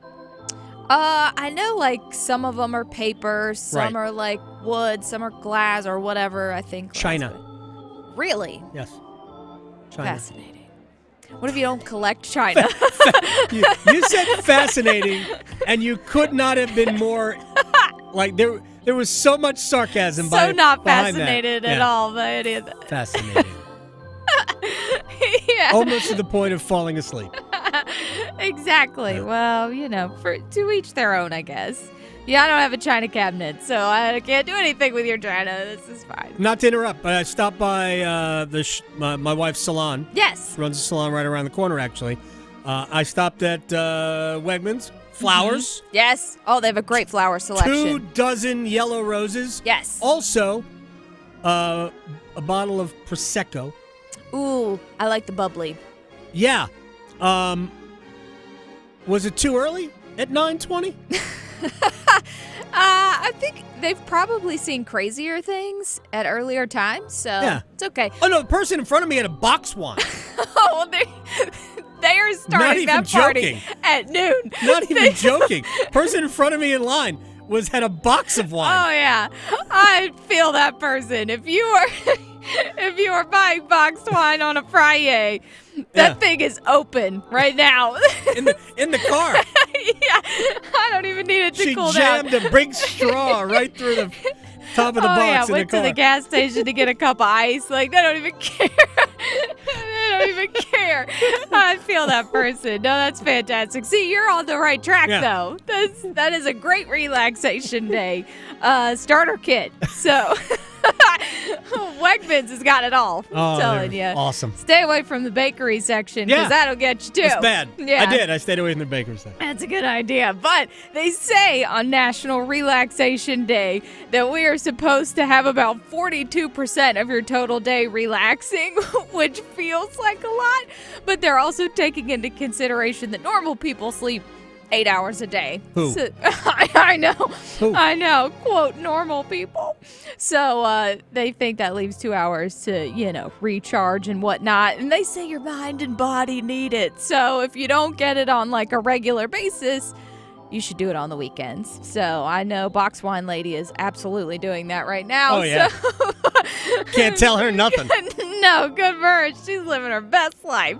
So that is awesome. You know who else is going to be living their best life in December? John Party. Now, I don't listen to really a lot of country, but he's a country artist for those who don't know. My son is starting to listen to it. And is he? I'm not even joking. It's disappointing. It's disappointing. Well, every song, somebody's upset and they're drinking their troubles away. Yes, on every a porch song. with their dog. Every song. Or their in the truck. In their truck. All of that. All of it. So, but if you're a big John Party fan, you maybe shouldn't tell him this part because then he's going to want to watch it. But he is going to be the halftime show for Big 12 football championship. I know we're ACC country right here, but there's some people who might like, Big 12 and or John Party. So if you're interested, he will be the halftime show. That's December 6th at AT&T Stadium in Arlington, Texas. I'm sure it will still be humid there at that point. And he's also going to be joined by marching bands from both competing schools, which I think is really cool because honestly, I wouldn't hate a Super Bowl, like a nowadays Super Bowl, NFL, to have marching bands compete or like shows. I'm saying this, I'm biased because I was in marching band, but they're fun to watch, especially the college ones. Oh, it gets really intense. So I like it. I think it's fun. I think it's entertaining. And I think a lot of people would like it. Then that might stop some of the debate of, should we have a country artist? Should we have R&B? Should we have rock? Should we have pop? Yeah, who knows? People would probably still complain. What am I saying? Yes, they would. So John Party, he's all fired up on this. It's the first time it's been a country artist, too, so he plans on going big. He'll probably have some boxed wine. And he's no stranger to any of this stuff because he announced the San Francisco 49ers draft pick before. He's done college football playoff stuff. So if you're interested, December 6th, that will be 11 a.m. Central Time. Oh, and tickets went on sale yesterday, starting at $110. So. Oh, okay. There you go. By the way, you see North Carolina has like this skybox now. Oh. Yeah, I believe it's just like a big open area. It's almost like a big sports bar where you can watch. Okay. Yeah, it seemed like it'd be a pretty cool thing. Yeah. They sold out everything else. Yeah. And so I believe that, after certain priority members are taken care of, there might be some tickets available for that. Do you might want to check their website. Own little personalized charcuterie board? I don't. Look at you taking shots. Hey, I wine love and cheese charcuterie board. Give me wine, cheese, and meats all day. That was a wine and cheese shot right there. I'm here for it. Wegmans has a delicious one too. Maybe they'll sponsor the show. And that would be awesome. Live there even more. If you want to buy anything Buffalo Bills related, that's your place to go. Oh gosh, I know. Last time I was there, no offense to them, I get it. They're from Buffalo. They originated in Buffalo, but like, you're in North Carolina. I saw that. They have a whole display of Buffalo Bills stuff, and then Panthers has like one T-shirt. Yeah, they have a lot of Hurricane stuff at the one here. Get it together, Wegmans. But you know what? We are going to get some things together, hopefully. Like our bets. Place your bets. Place your bets. Here we are. I bet you slice into the woods $100. Gambling is illegal at Bushwood, sir, and I never slide. Okay, you can owe me. I owe you nothing. I feel like I let everybody down yesterday. We knew the Mets were going to lose. Mm-hmm. And they did. But I had it going over 8.5, and it did not. They lost 4-3 to the Braves. So yeah. I apologize because I did think they were handing money out. But Atlanta winning, if you just went with Atlanta to win, then you're a winner. Right. Like, you don't have to go dumb looking for extra value like I do. You could just simply, of course the Mets are going to lose. They've lost 13 of 15. Right now, the Mets and the Yankees could both miss the playoffs. Yeah, and throw the Cubs in there, too, because they're playing with their food. So that's fun. That's where I steered people wrong yesterday. However, my Diamondbacks one did go through. I thought that the 12.5 was too high, so I took them and the under 12.5, and it came through to make up for the crappy Cubs. So we'll see. So where are you starting? So, starting with UFC 319, huge pay-per-view fight this weekend. First up, Chase Hooper versus Alex Hernandez. And I think Chase, he is definitely a big up-and-comer lately. I like him by submission, plus 175. All right. We have 2 preseason NFL football games tonight. I have no idea which players are going to play for these 2 teams, but we're going to go with Atlanta to win at home to Tennessee and Kansas City to win on the road in Seattle. If those 2 things happen, plus 452. Nice. Oh, you're going to love this next name. So, next up, Jessica Andrade versus Lupi Godinez. I love Lupi. She's super fun, and I think she's going to win in this fight. Probably go the distance, so give me Lupi by the points, plus 105. All right. Major League Baseball today. The Brewers, who have won $1 billion in a row, are playing at Cincinnati today. Cincinnati, 2 games behind the Mets for the last wild card spot. Seattle, a team that we all need to watch out for in the American League. Yep. Playing at the Mets. Reds end the Brewers' 12-game winning streak. Seattle adds more misery to the Mets. When the Reds and the Mariners each win, it's plus 345. Oh, boy. Yeah, misery. Cubs are playing, so we'll see. My last one, it's the main event. Dricus du Plessis, like I've mentioned before, Khamzat Chimaev. I think Khamzat's going to win this one, take the belt from Dricus du Plessis, but I can't decide between submission or KO, so I'm going to go with KO plus 440. All right. Opening day for the champions, Liverpool home to Bournemouth today. I am super nervous about the game. I think Liverpool would win, but it's no value to it, so I'm not betting it. But Arsenal will win the league. Liverpool will come second. If that happens, it's plus 700. Congratulations to the Gunners. Talking sports, dropping truth. The Adam Gold Show on the North Carolina Sports Network. Hey, Mr. Businessman, looking to reward your staff for a great first quarter? Adam Gold here, X-Golf in Cary, right in the McGregor Village Shopping Center. Take your company party or team building event to a new level. First, the premier golf simulator in North Carolina. So much fun. Food is great, bar's top-notch, and it's a better idea than another company polo. Plus, there's a buy one, get one special for your tee time as well. Just mention Gold and enjoy online at playxgolf.com/Cary, the home of premier indoor golf in North Carolina. Get ready.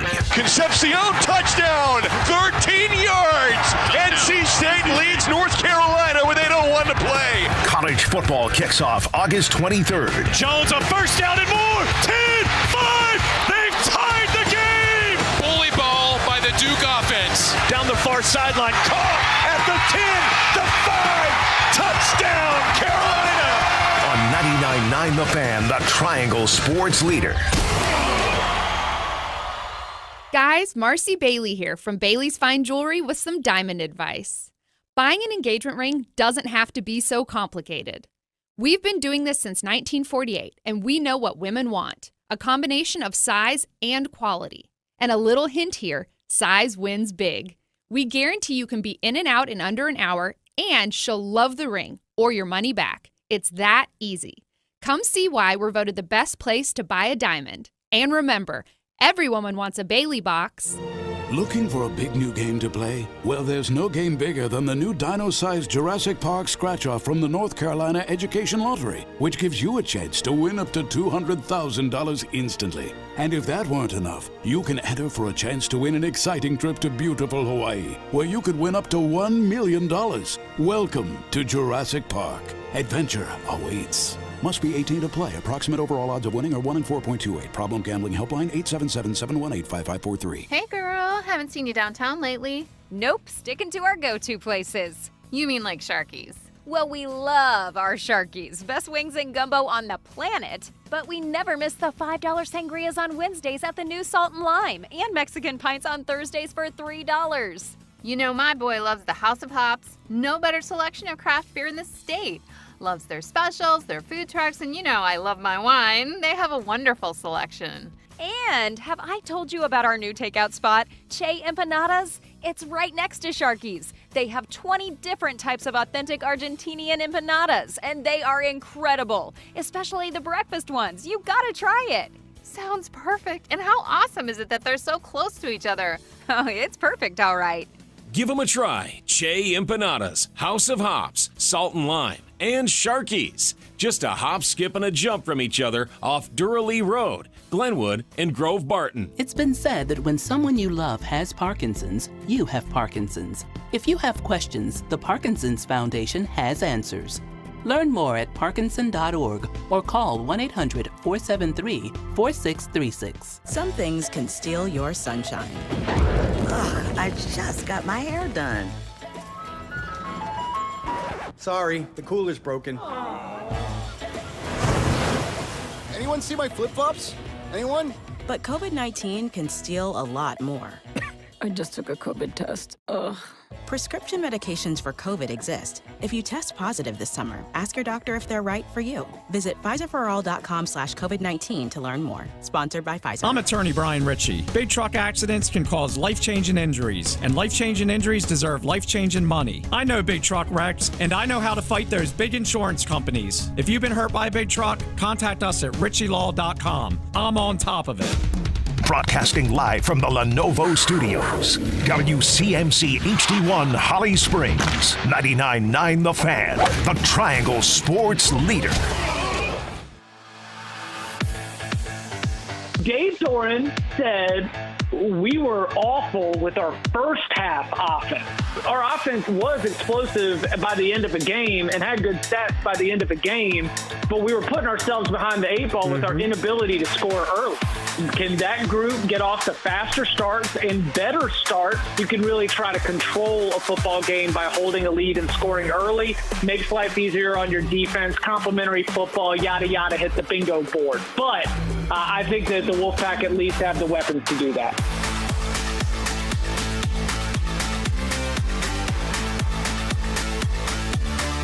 It's the Adam Gold Show. I am Adam Gold. Victoria on the ones, twos. Roundtable coming up. Two of our favorites, Randy Slack from Wilmington. Josh Graham from the Triad. He's always got takes. I wonder if he's a Taylor Swift fan. I'll ask him about it. Yeah. We'll ask Randy about it, too. Mm-hmm. I wonder if they watched it. I still have not yet watched the last 40 minutes of the Taylor Swift appearance on the New Heights podcast. I haven't watched the rest of it. Watched the first hour and 20 minutes. Yeah. Because I have a new fascination. The Pablo Torre finds out. Now, we talked about Pablo Torre in a not-so-nice way during the Jordan Hudson fiasco. Fiasco is not the right word because I don't find it a fiasco for UNC. I really don't.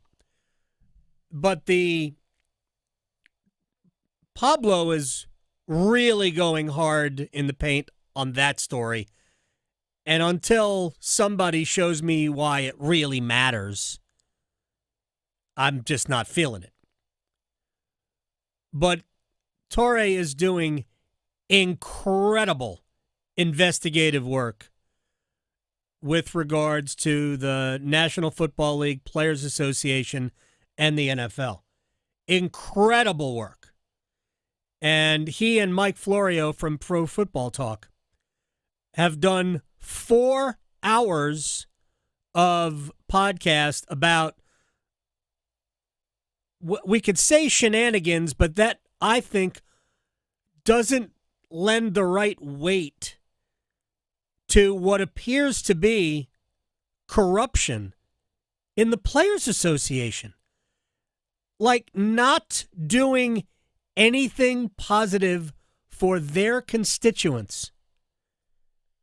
I'm not through all of it yet, but that's my quick read halfway through the 4-episode. They should be a box set at this point. But it is amazing how thorough Torre and Florio have been. And Torre has been so much respect for the work, the patience, the lack of fear. Man, you're going up against the National Football League? Good luck. Good luck. All right, we'll get to that a little bit later on, but right now, Wall of Sound. The Wall of Sound is a function of this studio. There's no doubt about it. All right, the Panthers are in Houston tomorrow. 1 o'clock game, preseason game number 2. Dave Canales, I need to know how many of your starters are going to play. Are we going to see the starters on Saturday? That's the hope. I want to see how we come out of today because I know, like, right after the practice, thank the Lord, it feels like we came out pretty clean. But, things kind of present themselves. Soreness will present itself tonight. So we'll have to kind of reconfigure in the morning, see where we're at, to see how long we want to play them. But they will be playing. All right, good. Indoors shouldn't be too bad. I mean, I'm sure just walking into the stadium probably be humid, but indoors should be comfortable. It's the way it's supposed to work. That's why you have indoors. Anyway, Canales on Bryce Young's day at the joint practice. Our process is getting to the line, using his tools, using his answers, reading coverages, and just being accurate with the ball, extending plays when he had to. And the more opportunities he gives our guys to make plays, they've come through for him. And I think we got a big defensive pass interference that actually flipped the field. So you can see how it goes both ways. But he did a great job today. How many times, by the way, have I said that I'm not Team Mike Jackson, the other cornerback opposite J.C. Horn? Yeah. Look, the amount of times I have been right or wrong are probably about the same, like anybody else. So Mike Jackson had a great interception of C.J. Stroud. And somebody, I don't know, saw the video of it online and sent it to me. Thank you. That's all I can say. Thank you. Hey, I don't want to be right about that, because if I'm wrong about that, that means Mike Jackson is good and the Panthers have 2 good cornerbacks. You got 2 good corners, you got a good defense. Bryce Young, talk about what the quarterback needs is a wide receiver room that is all dialed in, and here's Bryce Young on his targets. Yeah, just stepping up to competition. Coach talks about not trying to raise our level, but to make sure we sync to the level of our training and technique. And you see them just being who they are, consistent. And it seems like they're stepping up. In reality, they're doing exactly what the coaches are saying, being consistent on a day-to-day. You see that it brings out the best in all of us, gives us that ability to see tighter, have more focus. So yeah, like you said, it's an extremely competitive group. It's unfortunate how NFL is that we can't keep all of them, because they all deserve it based on how hard they work, how much they produce. So obviously that'll be a front office thing, but we have confidence in all the guys across the board. All right, a couple of things there. One, I had not heard sync to the level of your training. I had not heard that. It's new to me. I'm not sure that's a positive. That might be a misstatement there. But Bryce Young did say we can't keep all of them. Now, before anybody starts going and looking at the depth chart and say, oh, David Moore's got to go. Maybe they're talking about some of the players beyond the first 7. I don't know. But if you only keep 6 receivers, which that's generally the number that most teams keep, maybe 5, but if you only keep 6, the Panthers have 7 receivers that they obviously like. Now, does somebody start the season on injured reserve with a designation to return? What would it be, like I think it's like week 6 or something? Maybe. But more than likely, somebody's going to go. David Moore is probably the leading candidate. But you've got McMillan and Leggett and Coker and Thielen and Renfro and Jimmy Horn. That's a really strong 6-pack of receiving targets. It's amazing where the Panthers are today versus where they were 2 years ago. Year 1 of Bryce Young was awful. Awful. And now they look stocked at wide receiver. It is an incredible thing. All right, this is final thing about Bryce anyway. Remember going into the draft, we knew that Bryce Young and C.J. Stroud were friends. Like really, really good friends growing up. I thought I saw, and this if it's in this clip, I apologize for kind of scooping it. C.J. Stroud said the other day, and I think he'd said it before, that Bryce Young is the best quarterback he's ever seen. Here's C.J. on his buddy. I would say very similar. He's very even keel, very to himself. And I think for him, I've seen a dog come out of him that he has that a lot of people haven't seen, But, I know he dealt with some frustrations. And I think, the guy we serve, I think it's good that we go through these ups and downs to, refocus you back on what's important. I think he had that, and I had it last year as well. And I think he bounced back he should. And we all know he can. He's a heck of a player. One of the best quarterbacks I've ever seen in my life, and I just think, he needs some help around him too, So, but I'm just really proud of that guy, and just the same way he said about me, through every ups and down, every valley and peak, he stayed the same guy, stayed loyal, and stayed a friend and a brother. So I'm very appreciative of him. It's cool, man. These guys grew up together. Yeah, you could see at the draft when they both got picked, they were both happy for each other. Tremendous. All right.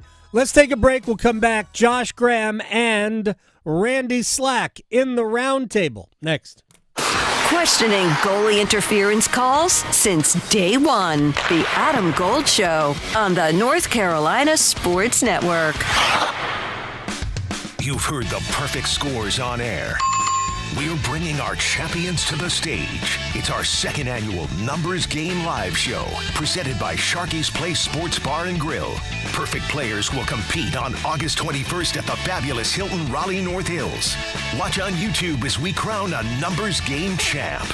Special thanks to On-Site AV, a full-service event production company, for lighting up Numbers Game Live.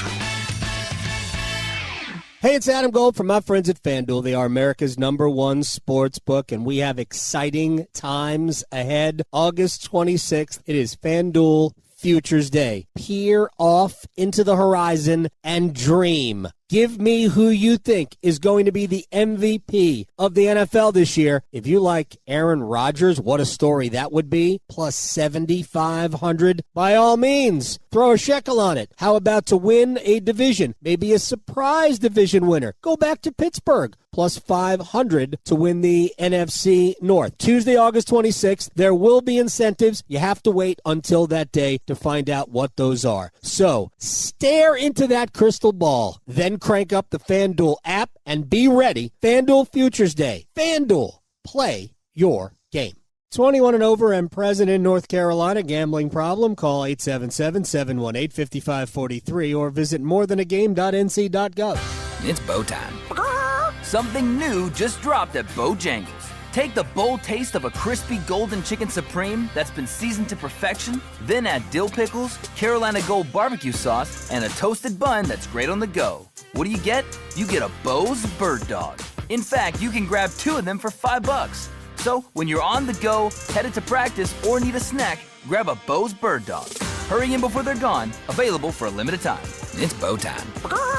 There's no time like Bo time, but sometimes it's go time. No time to stop, but the perfect time for a Bojangles Bird Dog. A seasoned to perfection Bojangles Chicken Supremes, dill pickles, and Carolina Gold barbecue sauce, all tucked inside a toasted bun. Great on the go. Try 2 bird dogs for just $5 or 2 bird dog combo for just $8.25. Available for limited time only. When you're hungry for flavor and value, it's Bo time. Here's Megan with Parkway Sleep Centers. Are sleepless nights affecting your life? Parkway Sleep Health Centers can help. We've treated sleep disorders in the Triangle and beyond for over 20 years. We offer sleep studies, office visits, CPAP machines, supplies, and more. And our streamlined process allows us to see you sooner and usually saves hundreds of dollars. End sleep problems. Live your best life. Experience the Parkway Sleep difference. Visit parkwaysleep.com and start your journey to better sleep today. Parkway Sleep Health Centers. Sound sleep. Sound health. Tired of hearing this from your local tire place? Sorry, we can't fix it. Take it to Dauntless. This year, skip the middleman and take your car straight to Dauntless Transmissions if you want quality work done right the first time. Transmissions, engine, or brake work, or just a regular tune-up. If it's broke, Dauntless will fix it. For quality work done with the kind of experience that works for you, take it to Dauntless Transmissions first. Go to DauntlessTransmissions.com to book your visit today. Dauntless Transmissions, your local source for exceptional service. Injured in a motorcycle accident? Call 1-800-LAW-TIGERS before you call your insurance company. The insurance company wants to pay you the least amount possible. Law Tigers are riders too, so we understand what your bike and gear are worth and what you're going through after an accident. Your case evaluation is always free, and we don't get paid until your case settles. Call 1-800-LAW-TIGERS, North Carolina's motorcycle lawyers. Law Tigers is a network of independent law firms who are members of the American Association of Motorcycle Injury Lawyers. Law Tigers is not a law firm. Gold. Gold. Is he married to a person or just himself? Because that, I feel like that's very Aaron Rodgery of him to have the twist in there. It's a very good question. Oh, I don't know. We still don't know if it's a person. Would he get down on one knee to ask himself over an ayahuasca? Yes. The Adam Gold Show.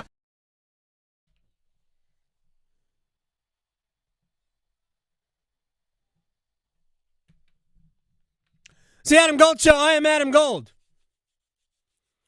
I'm very excited because we're 45 minutes away from Liverpool and Bournemouth breaking the seal on the Premier League. I'm excited. Some of you are. Some of you don't care. Maybe we'll find out if our two playing contestants care as we do the roundtable. Camelot. It's only a model. And I don't want either of them to let on whether they do or don't until the very end of this. We welcome in from Sports Hub Triad, Josh Graham, our returning champion, and Randy Slack from ESPN Wilmington. I feel like this has been an early anniversary gift to me. I love talking with both of you guys, so thank you very much for doing this, because I know I can talk a little bit about baseball with all of you. So I do, before we get to baseball, Josh, I know you live tweet some of the worst television on this planet. Tell me, though, that you did at least check out some of Taylor Swift on the New Heights podcast.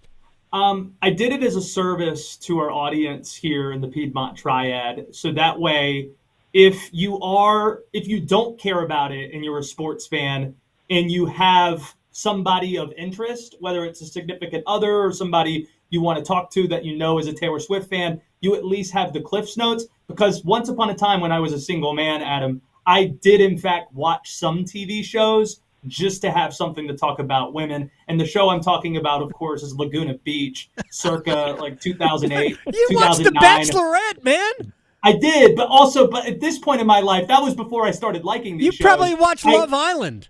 I would walk to like a group of women just knowing that one of them might watch Laguna Beach, and I'd be like, can you guys believe Jess and Bobby? Like, what a snake. And they'd be like, yes, yes. And that's how it would work. So that was the service I did. I sat through the 100 minutes or so of Taylor Swift's first podcast and learned that she thought that Josh Allen and Jared Goff would be out on the field at the same time. She doesn't think that anymore, but she did. At the time, there was a time where she did. Randy, did you watch?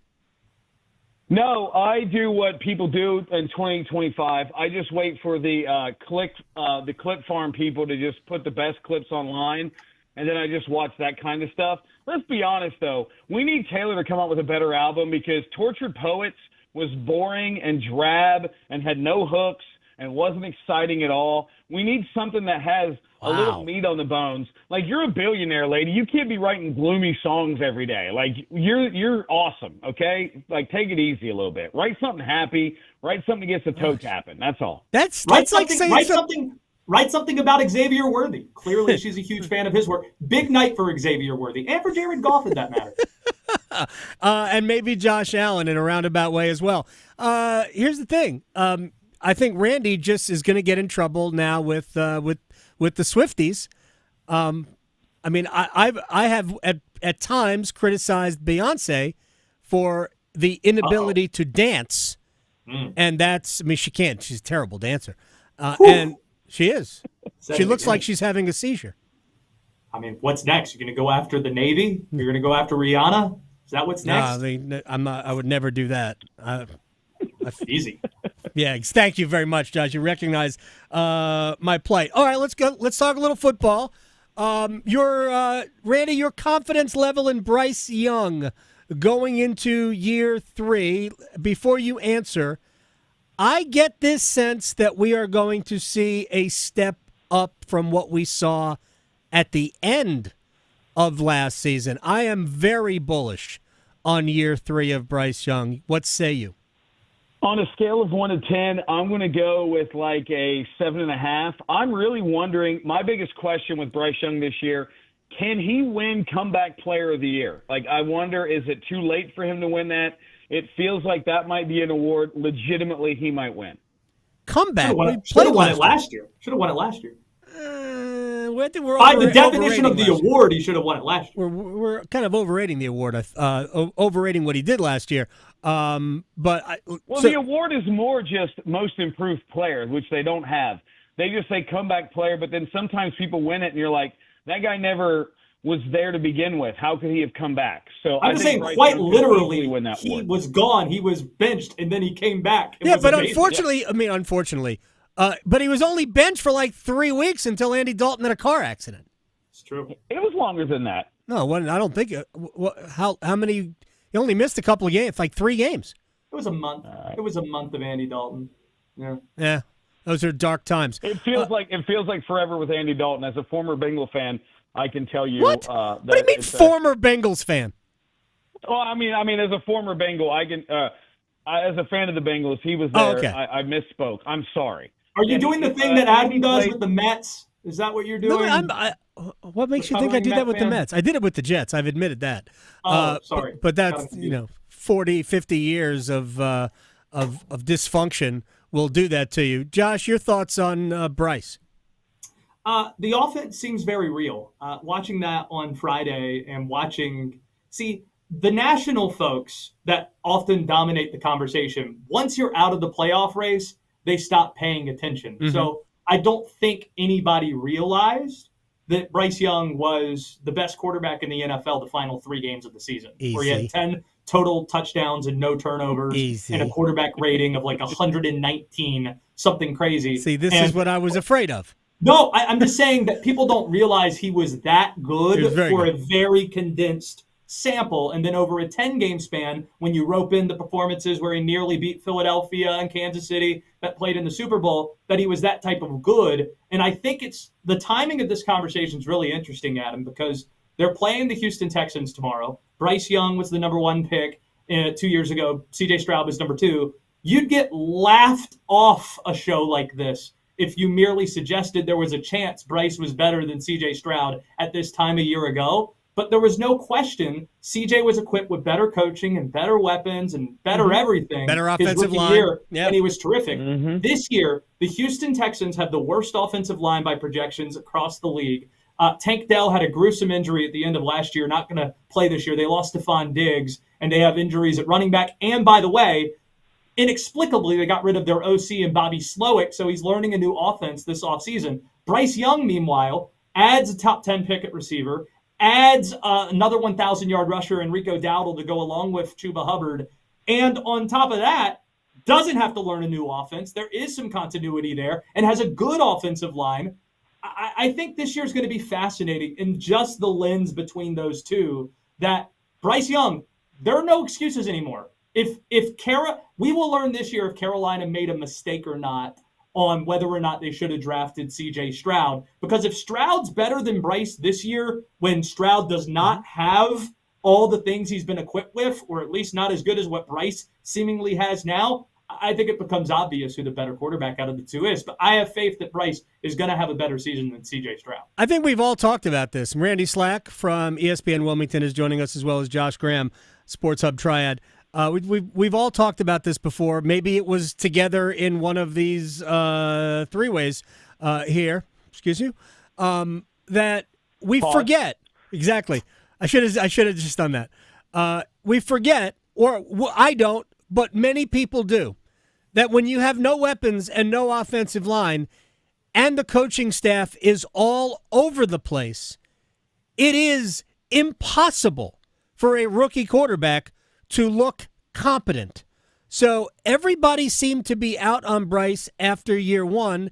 And of course, everybody's got buyer's remorse. We envy the other thing. And C.J. Stroud had a great rookie season, and they won a bunch of games, and they went to the playoffs, all of that. But ultimately, he was set up to succeed. Young was set up to failure. And did it completely flip last year?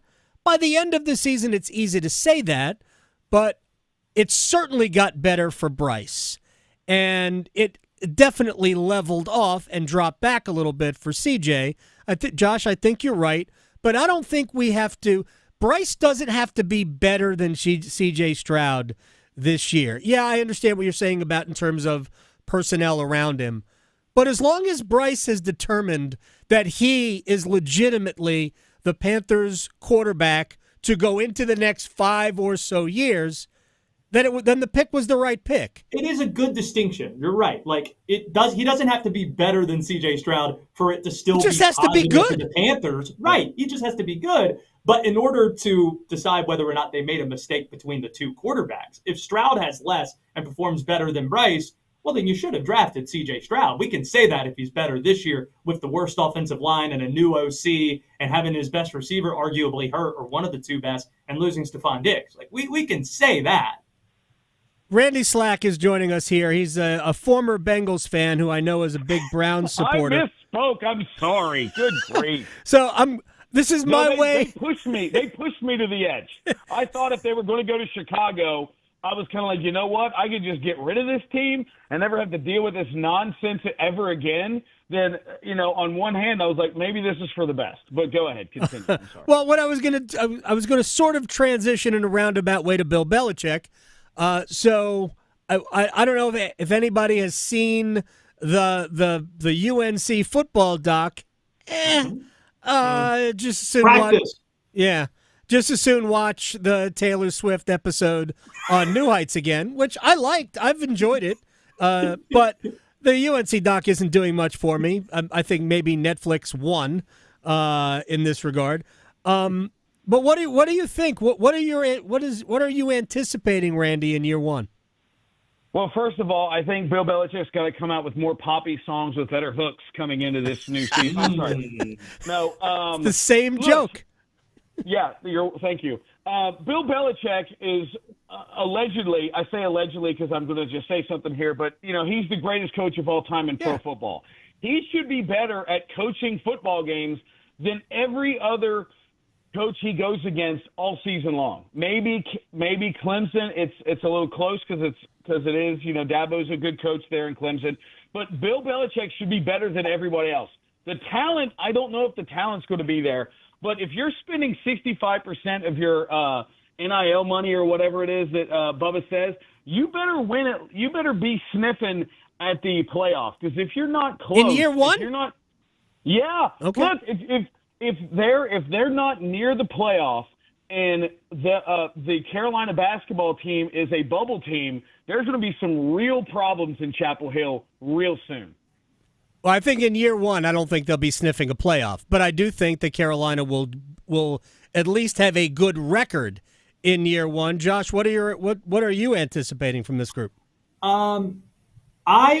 First off, before getting into actually what we think is going to happen on the field, because it's a complete mystery and Bill wants it that way, I do think there's a story that's being missed nationally about the lack of anticipation. And what I mean by that is, I think when Bill was hired almost to the day 8 months ago, we thought they were going to be the trendy team in college football. They were going to be the toast of college football, and that they were going to become overhyped. And that has not happened when you consider, we look at how dumb some of these preseason polls can be. Mm-hmm. We do. And I'm not validating them in the sense that we should take where they are placed in these polls as any level of credence for where they're going to finish during the year. But it is a good indicator in how much hype is surrounding your team. Virginia Tech was picked 11th in the ACC preseason poll. Somebody picked them to win the ACC championship. Not one out of the 180 ACC preseason voters picked North Carolina to win the league. And we know how many people in that building own a degree from the University of North Carolina in Chapel Hill. To broaden it, you mentioned correctly, Slack, that Bill Belichick is so respected in the coaching community. Look at the preseason coaches poll that came out. They didn't receive a vote to make the top 25. They shouldn't have. Nobody. They shouldn't have. I'm not saying they should have. Is there anything more fickle than an AP media voter? Like always in the off season during the preseason when we have nothing to pull off of, you can be driven, you can be allured by hype in a big story. Louisiana Lafayette received a vote for the top 25. Josh. Nobody picked North Carolina. And I think that says something about the lack of hype that isn't there with the Tar Heels. It's kind of amazing. We're talking about Bill Belichick here, Adam. Because there's no talent there that they know about. Colorado didn't have really, you had Shador and Travis. Nobody thought Colorado would be good going into year one. They got votes.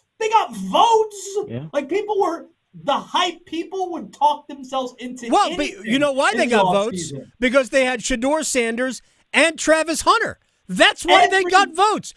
This North Carolina team, Josh, does not possess a single player that people know his name. Not one. A good quarterback or a great quarterback and a great future Heisman Trophy winner, that goes a long way. And plus, they had seen those guys play and succeed. Do you remember for a 10-year stretch where Steve Spurrier every year would give Duke a vote for the preseason top 25 in the coaches poll? So there'd just be that one vote. Nick Saban doesn't have a vote anymore. It's Bill Belichick. I know. And nobody gave him anything. See, I appreciate you finding that one reason, but I just think that nobody knows if they're going to be any good. I think they win. I think it's because of his girlfriend. I think she's a smokescreen, and everybody looks at her and they go, this program's a mess. And I think he's okay with everybody focusing on her. I'm not worried about him. That she's caused. In reality, it's not a big deal to him. I think they win 9, maybe 10 games without necessarily being really good. It's a pretty comfortable schedule. I think they've got 5 losable games on their schedule. That's it. NC State, they're going to lose. That's one of the 5. NC State, Duke's a losable game. At Syracuse, TCU, and Central Florida. Those are the 5 losable games. I don't know if you've seen the movie Draft Day, but put it on a sticky note right now, like Vontae Mack, no matter what. Write down, NC State beats North Carolina no matter what. Over Dave Doran's dead body. Is he losing that game? Bill Belichick, in his first press conference, told us that sweet story of how his first words were beat Duke. Yeah, oh gosh, let's hope that he knows that his fans don't care about that game. Let's they just care about the one in Raleigh. Let's all agree. Let's all agree as we close shop here that was the low point of the Bill Belichick era at UNC, because nobody believes that was true, let alone that that's how Carolina fans think about football. Also, Zero people think that was true. Also, when he was interviewing with the Carolina job, reportedly, he told Carolina officials it was Duke sucks rather than beat Duke. So that's the other part. That is just all right. Final thing. So we didn't even talk baseball. I have to let you both go here, but I just need a prediction. Josh? Yeah. Who's winning the Premier League? Charlotte FC. 5 in a row. They've won 5 in a row in MLS play. Going for 6 tomorrow. Right. Let's go Crown. Randy. That was an incorrect answer, but Randy, who's winning? Shout out to the Marshall Islands for finally having a football team, the last country on the planet that had a national team. They played their first national game last night. Lost 4-0, but that's pretty cool that they finally got a game. Having said that, it's going to be Liverpool. They're awesome. Like, it's not. I thought you were just going to answer it that way, and actually, it's very fitting for a conversation with Randy Slack and Josh Graham. Gentlemen, it's always a pleasure. I thank you much. Let's go Mets. Let's go Reds. Yeah, Reds win tonight. Mets lose tonight. That was part of the parlay, by the way. When we come back, I have some thoughts, and live from the United Kingdom, my friend Ian McIntosh will help us preview the Premier League. Next. Making more sports sense than social media trolls. The Adam Gold Show on the North Carolina Sports Network. At North Carolina Farm Bureau Insurance, you're more than a policy. You're family. With offices in every county, we're close by when it matters most. Our local agents customize coverage to fit your life. And our award-winning claims team delivers fast, quality repairs. It's no surprise Forbes ranked us the #1 auto insurer in America. North Carolina Farm Bureau Insurance. Helping you is what we do best. North Carolina ranks second in the nation in potential agricultural land lost by the year 2040. The NC Forever Farms program supports the preservation of family farms through permanent agricultural conservation easements and has received a record number of applications for 3 straight years. Landowners interested in preserving their working farm through the Farmland Preservation Division of the North Carolina Department of Agriculture and Consumer Services can learn more by visiting ncadfp.org. Make this your best summer yet by having fun while staying active and engaged. AARP can help. Find AARP events near you by visiting aarp.org/local. That's aarp.org/local to find both in-person and virtual events. You can also learn more about living your best life by listening to AARP Without Limits, wherever you listen to your podcasts.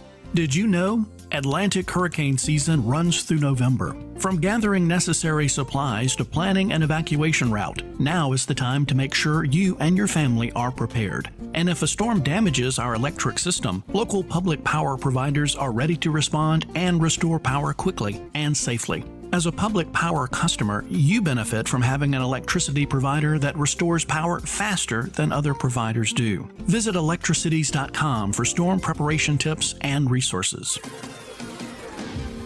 The North Carolina Healthcare Association invites you to listen to this month's podcast, Conversations on the State of Healthcare. We're celebrating the 10th anniversary of Healthy People, Healthy Carolinas, a powerful initiative from the Duke Endowment that supports community-based coalitions working together to improve health. In our latest episode, produced in partnership with the North Carolina Healthcare Association, Jordan Fry of Healthy Together Cleveland tells us how HPHC is making a difference in her county. It means everybody's at the table. Healthcare providers like Atrium Health, the county's health department, our food pantries, our school systems, colleges, cooperative extension, farmers markets, but most importantly, our residents. Everybody has a role to play, and Healthy Together Cleveland acts as the connector. Learn more and join our latest conversations on the state of healthcare wherever you listen to your favorite podcasts. And learn more by visiting nchealthcare.org. Healthcare? Why? Why is it so hard? Healthcare is broken. At Blue Cross and Blue Shield of North Carolina, we get it. Really? Really. That's why we're making healthcare better for all, starting with you. Really? Really. We're making plans easier to navigate by putting all your benefits, prescriptions, and details on your computer and phone. Convinced? No, but it's a start. We'll take it. Blue Cross North Carolina, making healthcare better for all, starting with you. Why choose a family physician? Because they provide healthcare expertise for the entire family, care for acute and chronic disease, treat all ages, and most importantly, keep you healthy. In fact, adults with a family physician have lower healthcare costs, better health outcomes, and are hospitalized less frequently. Family physicians, your trusted healthcare advisor for you and your family for life. Brought to you by the NC Academy of Family Physicians. This is Adam Gold. I did love that Rod video with him, though, when he was trying to communicate. Yeah, you speak hockey. And he was like, it's okay, you don't need to know this, you know hockey. And I was like, oh, heartstrings. It's fantastic. Yeah, no, it was awesome. The Adam Gold Show. It's the Adam Gold Show. I'm Adam Gold. Victoria's on the 1s and 2s. I got Little League Baseball on the TV in front of me. Venezuela just had a no-hitter broken up by Canada in the top of the 5th inning. Finally get their first hit. Little League Baseball, which gave us the single to right, but thrown out at first. Everybody has seen that in Little League, right? Line drive, single to right field, thrown out at first. Routinely. You never see that in the big leagues, ever. It's almost like a courtesy. Even if the guy's not running hard, we're not going to try and throw him out. But it happens routinely in Little League Baseball. It actually led to an error, but with all of that said, that's Little League Baseball. We are into the Little League World Series. Speaking of that, Mets lost again last night. Jeez. It's got to stop. I need to feel better, Victoria. Today is the day. That's right. My Reds, Liverpool, open up defense of the Premier League today at home, or tonight at home, depending on where you are. It'll be tonight if you're at Anfield against Bournemouth, who I assume has players left. I'm not sure. It's been a mass exodus from the Cherries. And joining us, as you can see right there on the screen, Ian McIntosch, who is the presenter of the Route 1 football podcast. And here it says, football, fast, no faff. What is faff? I have no idea what faff is. And it's all in less than 15 minutes. We're going to try to do that here. What is faff? Well, that's exactly it. Faff is an old English phrase for messing around, wasting time. So you might consider faff in football to be needlessly passing the ball from the goalkeeper to the defenders, across the defence, back to the goalkeeper and out again. That would be faffing around. Route 1, of course, is how we call going long, hitting it up to the big man. And that's the whole point of the show. There are a lot of football podcasts that are an hour and a half of lots of people talking about inverted fullbacks and deep-lying goalkeepers. This isn't that. It's a scripted show. It's 15 minutes to give you all of the best stories across the world of football without wasting time. You and I talked last year doing this show for The Athletic, and now this is an independent, so we want people to go subscribe to it. And I do think you've changed in some ways in that it's about stories, not so much about matches and outcomes and all of that. And I'm a stories guy, so I want to dive in. And by the way, before we start, I know you're a Jets fan. I'm a recovering Jets fan. I used to be a long time ago. Did a 12-step program, and I am cured. I actually think that they're going to be interesting in a good way this year. I don't know if they're a playoff team, but I think Jets fans, wherever they live, I think we'll enjoy the season. I have a good feeling about them. So I want to start with this because as a Liverpool fan, all I heard last year was how weak the Premier League was. They were diminishing my first title as a fan. I've only been a fan for about 4 years. How strong is it? Is it too top-heavy? We've seen the promoted teams, all three promoted teams, go right back down the following year. That's happened 2 years in a row or something like that. What is your read on the overall strength of the league? Well, first of all, let's address that Liverpool thing. It's complete nonsense to say that Liverpool somehow kind of lucked into a title. They were brilliant, relentlessly brilliant last season. So we'll hear no more about that. This season is going to be so much harder because you obviously have Liverpool with massive reinforcements, and we'll probably talk about that in a bit, but that will bring its own problems. You have Manchester City in a period of transition with new players, but they are brilliant, and Pep Guardiola's, I would think, the best manager of his generation. And Arsenal, everyone's mean to Arsenal. Their bad days are not that bad. They don't give up very much XG at all. They're really only a couple of little bits away from being an excellent team. And Chelsea, I think a lot of people are underestimating as well, because while I still think it's weird that they've spent £1 billion and they don't really have a first-class goalkeeper. They do have about 37 attacking midfielders. They're pretty much immune to any kind of injury crisis now.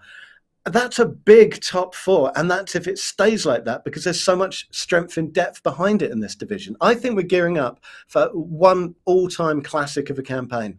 Yeah, I actually think that from 5 to maybe 12, you might see a team 12th that you thought would be 5th and vice versa. I think there is so much, I'll call it parity. That's the NFL word. They love parity. I'm not sure if fans like parity, but I think there could be a lot of shuffling in that. We'll get to Man City in a second. Here's the thing about Liverpool real quick, and I believe I picked Arsenal to win it this year because I think they are the best team, and I think they will have the most continuity from last year to this year, and that to me is a large reason why Liverpool won. They brought in nobody last year. They basically ran out the same club they ran out the year before, which you could argue should have won it 2 years ago. I would also argue that Arsenal should have won it 2 years ago. And I think that benefited Liverpool. And I don't think it will benefit them this year because there is so much turnover. I like Arsenal to win, even though almost everybody I see picks Liverpool, including some Arsenal fans. But I think that is some ways reverse engineering it or something like that. But about Manchester City, Ian McIntosh, Route 1 podcast, you should get it, 15 minutes, all the news stories. Is it possible that we're underestimating how historically great some of the players were at their best? Kevin De Bruyne, the best of Ilkay Gundogan, Kyle Walker, Riyad Mahrez, who's now been gone a couple of years. Phil Foden was bad last year. I don't know what to make of that. I look at them and I say, I think it was maybe more about how historically great those players were. Not that Pep's not awesome, because he is. I don't like Man City this year. I think they finished 4th. I'm absolutely torn. I think one thing to recall is when Pep Guardiola came into Manchester City, they'd had about 10 years of basically playing the game with infinite money cheat mode switched on. But they still had Gaël Clichy and Bakary Sagna as their fullbacks, and they're so crucial to the way that City plays. So Guardiola, I think, finished 3rd in his first season, and he had to rebuild the team, and he did it, and they got better and better and better, and all things must age, all empires must fall. They just sort of ran out of steam halfway through last season. I actually thought he did very well to lift them back up to where they finished. He has got a good eye for a player. He is a phenomenal tactician. I don't know enough about some of the players that he's brought in. I don't watch the European leagues as much as I watch the English league, but I do trust in Guardiola, and I do think that they are they're the sort of proposition they could win the title and blow everyone away, or they could finish fourth as they struggle to settle. I would not be putting any money anywhere near that club. But they're fairly decent value right now, aren't they? They're the third choice, right? Well, it's the first time in 10 years they haven't been runaway favourites, I Yeah. think. But I tell you, I'm with you. When you look at Arsenal last season, Bakary Saka out for 3 to 4 months. Ødegaard, one of the best players in the Premier League, his form dipped away. Martinelli was less than he usually is. And they had no strikers. And they still came second. Mm-hmm. They've added a very good midfielder in Zubimende. They've added a prolific striker from Portugal. And you'll see how I've chosen those words, because I don't know how much good a prolific striker from Portugal is. But, you know, we'll wait and see. I'm with you. I think it's going to be really tight, and I think it could be any one of at least 4. But if I was going to put money anywhere, it'd be on the Gunners. All right, you mentioned Chelsea, the world champions, Club World Cup, which happened before Route 1 Pod started. What was your ultimate takeaway from that event? I liked some of the matches. You know, to me, I kept calling it a farce of a competition because it was just a money grab, but everything's a money grab, I guess. What was your takeaway in the Club World Cup?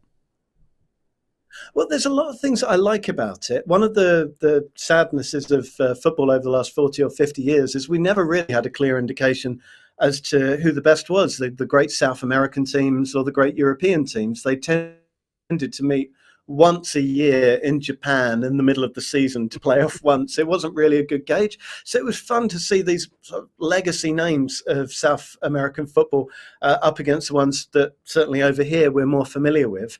I worry about the strain on the players, though, because they're just not getting any rest whatsoever. And it was hot out there. It was really, really hot. So, yeah, there's some nice novelty value there, and I'll never say no to watching a bit of football, but I worry a little bit about the longer-term issues there.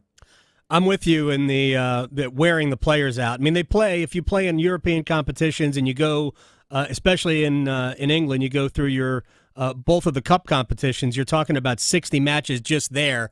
And then Chelsea ended up winning it. I think there was another 9 matches. That is just way too much football. Ian McIntosh, Route 1 Pod. No Faf. I'm unsure about Faf, but that's fine. United or Spurs, who's better this year? Well, I tell you, if you'd asked me on Tuesday, I'd have said Manchester United. I was getting quite worried about Spurs, but as much as everyone took the mickey out of them, that was a good performance against Paris Saint-Germain. So maybe we've written them off a bit too quickly. But with Manchester United, I think 2 things can be true. One, I genuinely think they're the stupidest football club in England, if not Europe. The way that they operate is just relentlessly incompetent. And they are cruel to their employees and they're cruel to their fans. The players' morale apparently is rock bottom. But they are good footballers. There are good footballers there. Lots of people are chasing Šeško. The players they've got already are good. There's something rotten at the heart of the club. And if Ruben Amorim can be the person to dig it out, I don't know. But I know he seems to have the courage of his convictions. He's not afraid to make a hard decision. He's not afraid to offload players who have been heavily invested in. And I'm not for a moment comparing him to Sir Alex Ferguson, because that was a very, very long time ago and Ferguson is a legend. But there were similar things that Ferguson had to do. In 1986, he inherited a drinkers club. They were doing training and then 10 pints down the pub afterwards. There were a lot of great players that Ferguson had to say goodbye to. So I think they might surprise a few people. I can't see them being anywhere close to a title race. I'll be surprised if they got a Champions League place, but I wouldn't be surprised to see them land a few punches as the season goes on.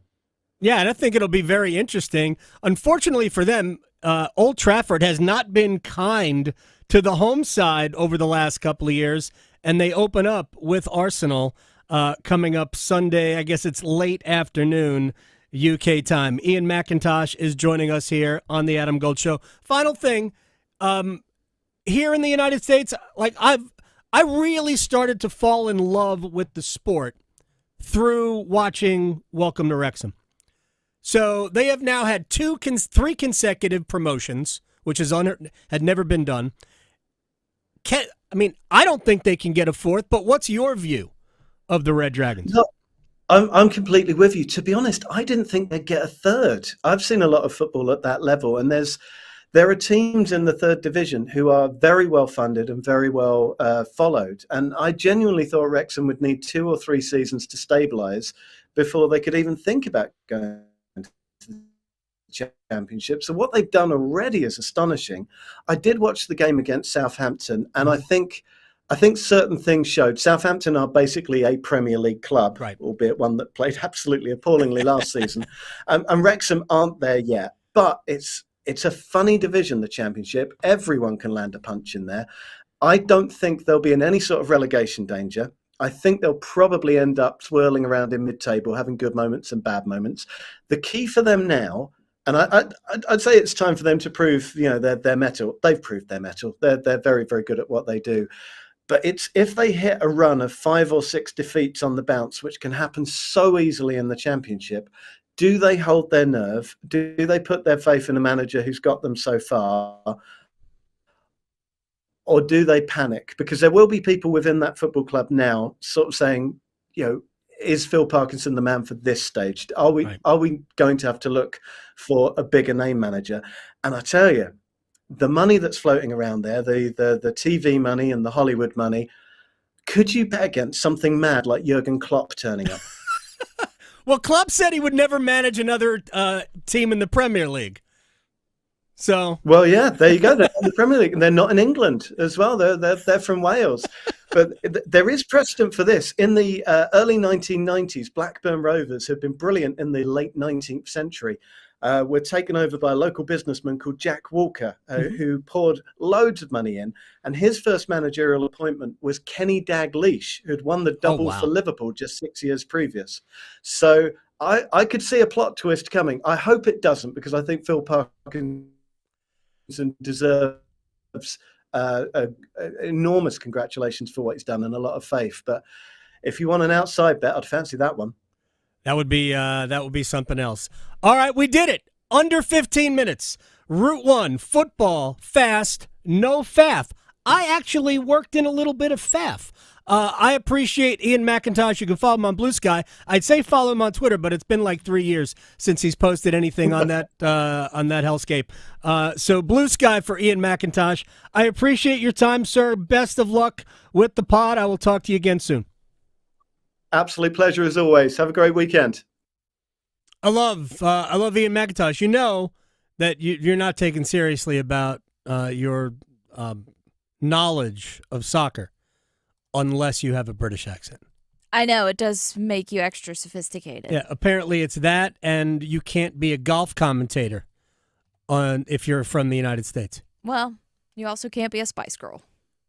Well, that's an English band. Exactly. It makes sense. That makes more sense. But I guess NBC doesn't have any Brits, right? Yeah, I don't think so. I'm trying to think about NBC's golf coverage now. Why anybody cares about that, I'm not sure. But like CBS, if Trevor Immelman, it's all Brits. Mm-hmm. That's fine. I have no issue with it at all. No. But you have to, if you have an English accent, you definitely have more credibility. Oh, for sure. People are like, why is Gold doing this? Because I love it. Sorry. People should understand this. There are times where I am self-indulgent. I have admitted that. I did that segment for me. Yeah. And like I have a bunch of buddies and we do a Premier League picks thing every week. So for them too. Yeah. Of course, most of them have jobs. So that's a terrible thing to say out loud, isn't it? I mean, you have a job. I do. And we have a lot of listeners and they have jobs. But those people, never mind. They'll listen to it later in a different way. I hope everybody has a good weekend. Panthers in Houston tomorrow, 1 o'clock. We'll talk about it on Monday. Also, Manny Diaz will join us. We didn't get a chance to talk to him at ACC football kickoff. We'll talk to him on Monday. Victoria, thank you. Happy anniversary to my wife. Questioning goalie interference calls since day one. The Adam Gold Show on the North Carolina Sports Network.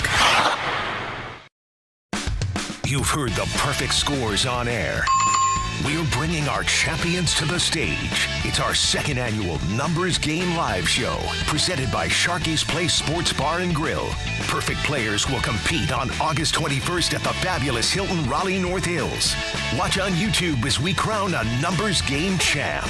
Special thanks to On-Site AV, a full-service event production company, for lighting up Numbers Game Live. If you love to travel, Capital One has a rewards credit card that's perfect for you. With the Capital One Venture X card, you earn unlimited double miles on everything you buy. Plus, you get premium benefits at a collection of luxury hotels when you book on Capital One Travel. And with Venture X, you get access to over 1,000 airport lounges worldwide. Open up a world of travel possibilities with the Capital One Venture X card. What's in your wallet? Terms apply. Lounge access is subject to change. See CapitalOne.com for details. Heineken Silver, world-class light beer with only 2.9 carbs and 95 calories. Why world-class? Because it has a crisp and superior taste. That's world-class. It has only 2.9 carbs and 95 calories. That's very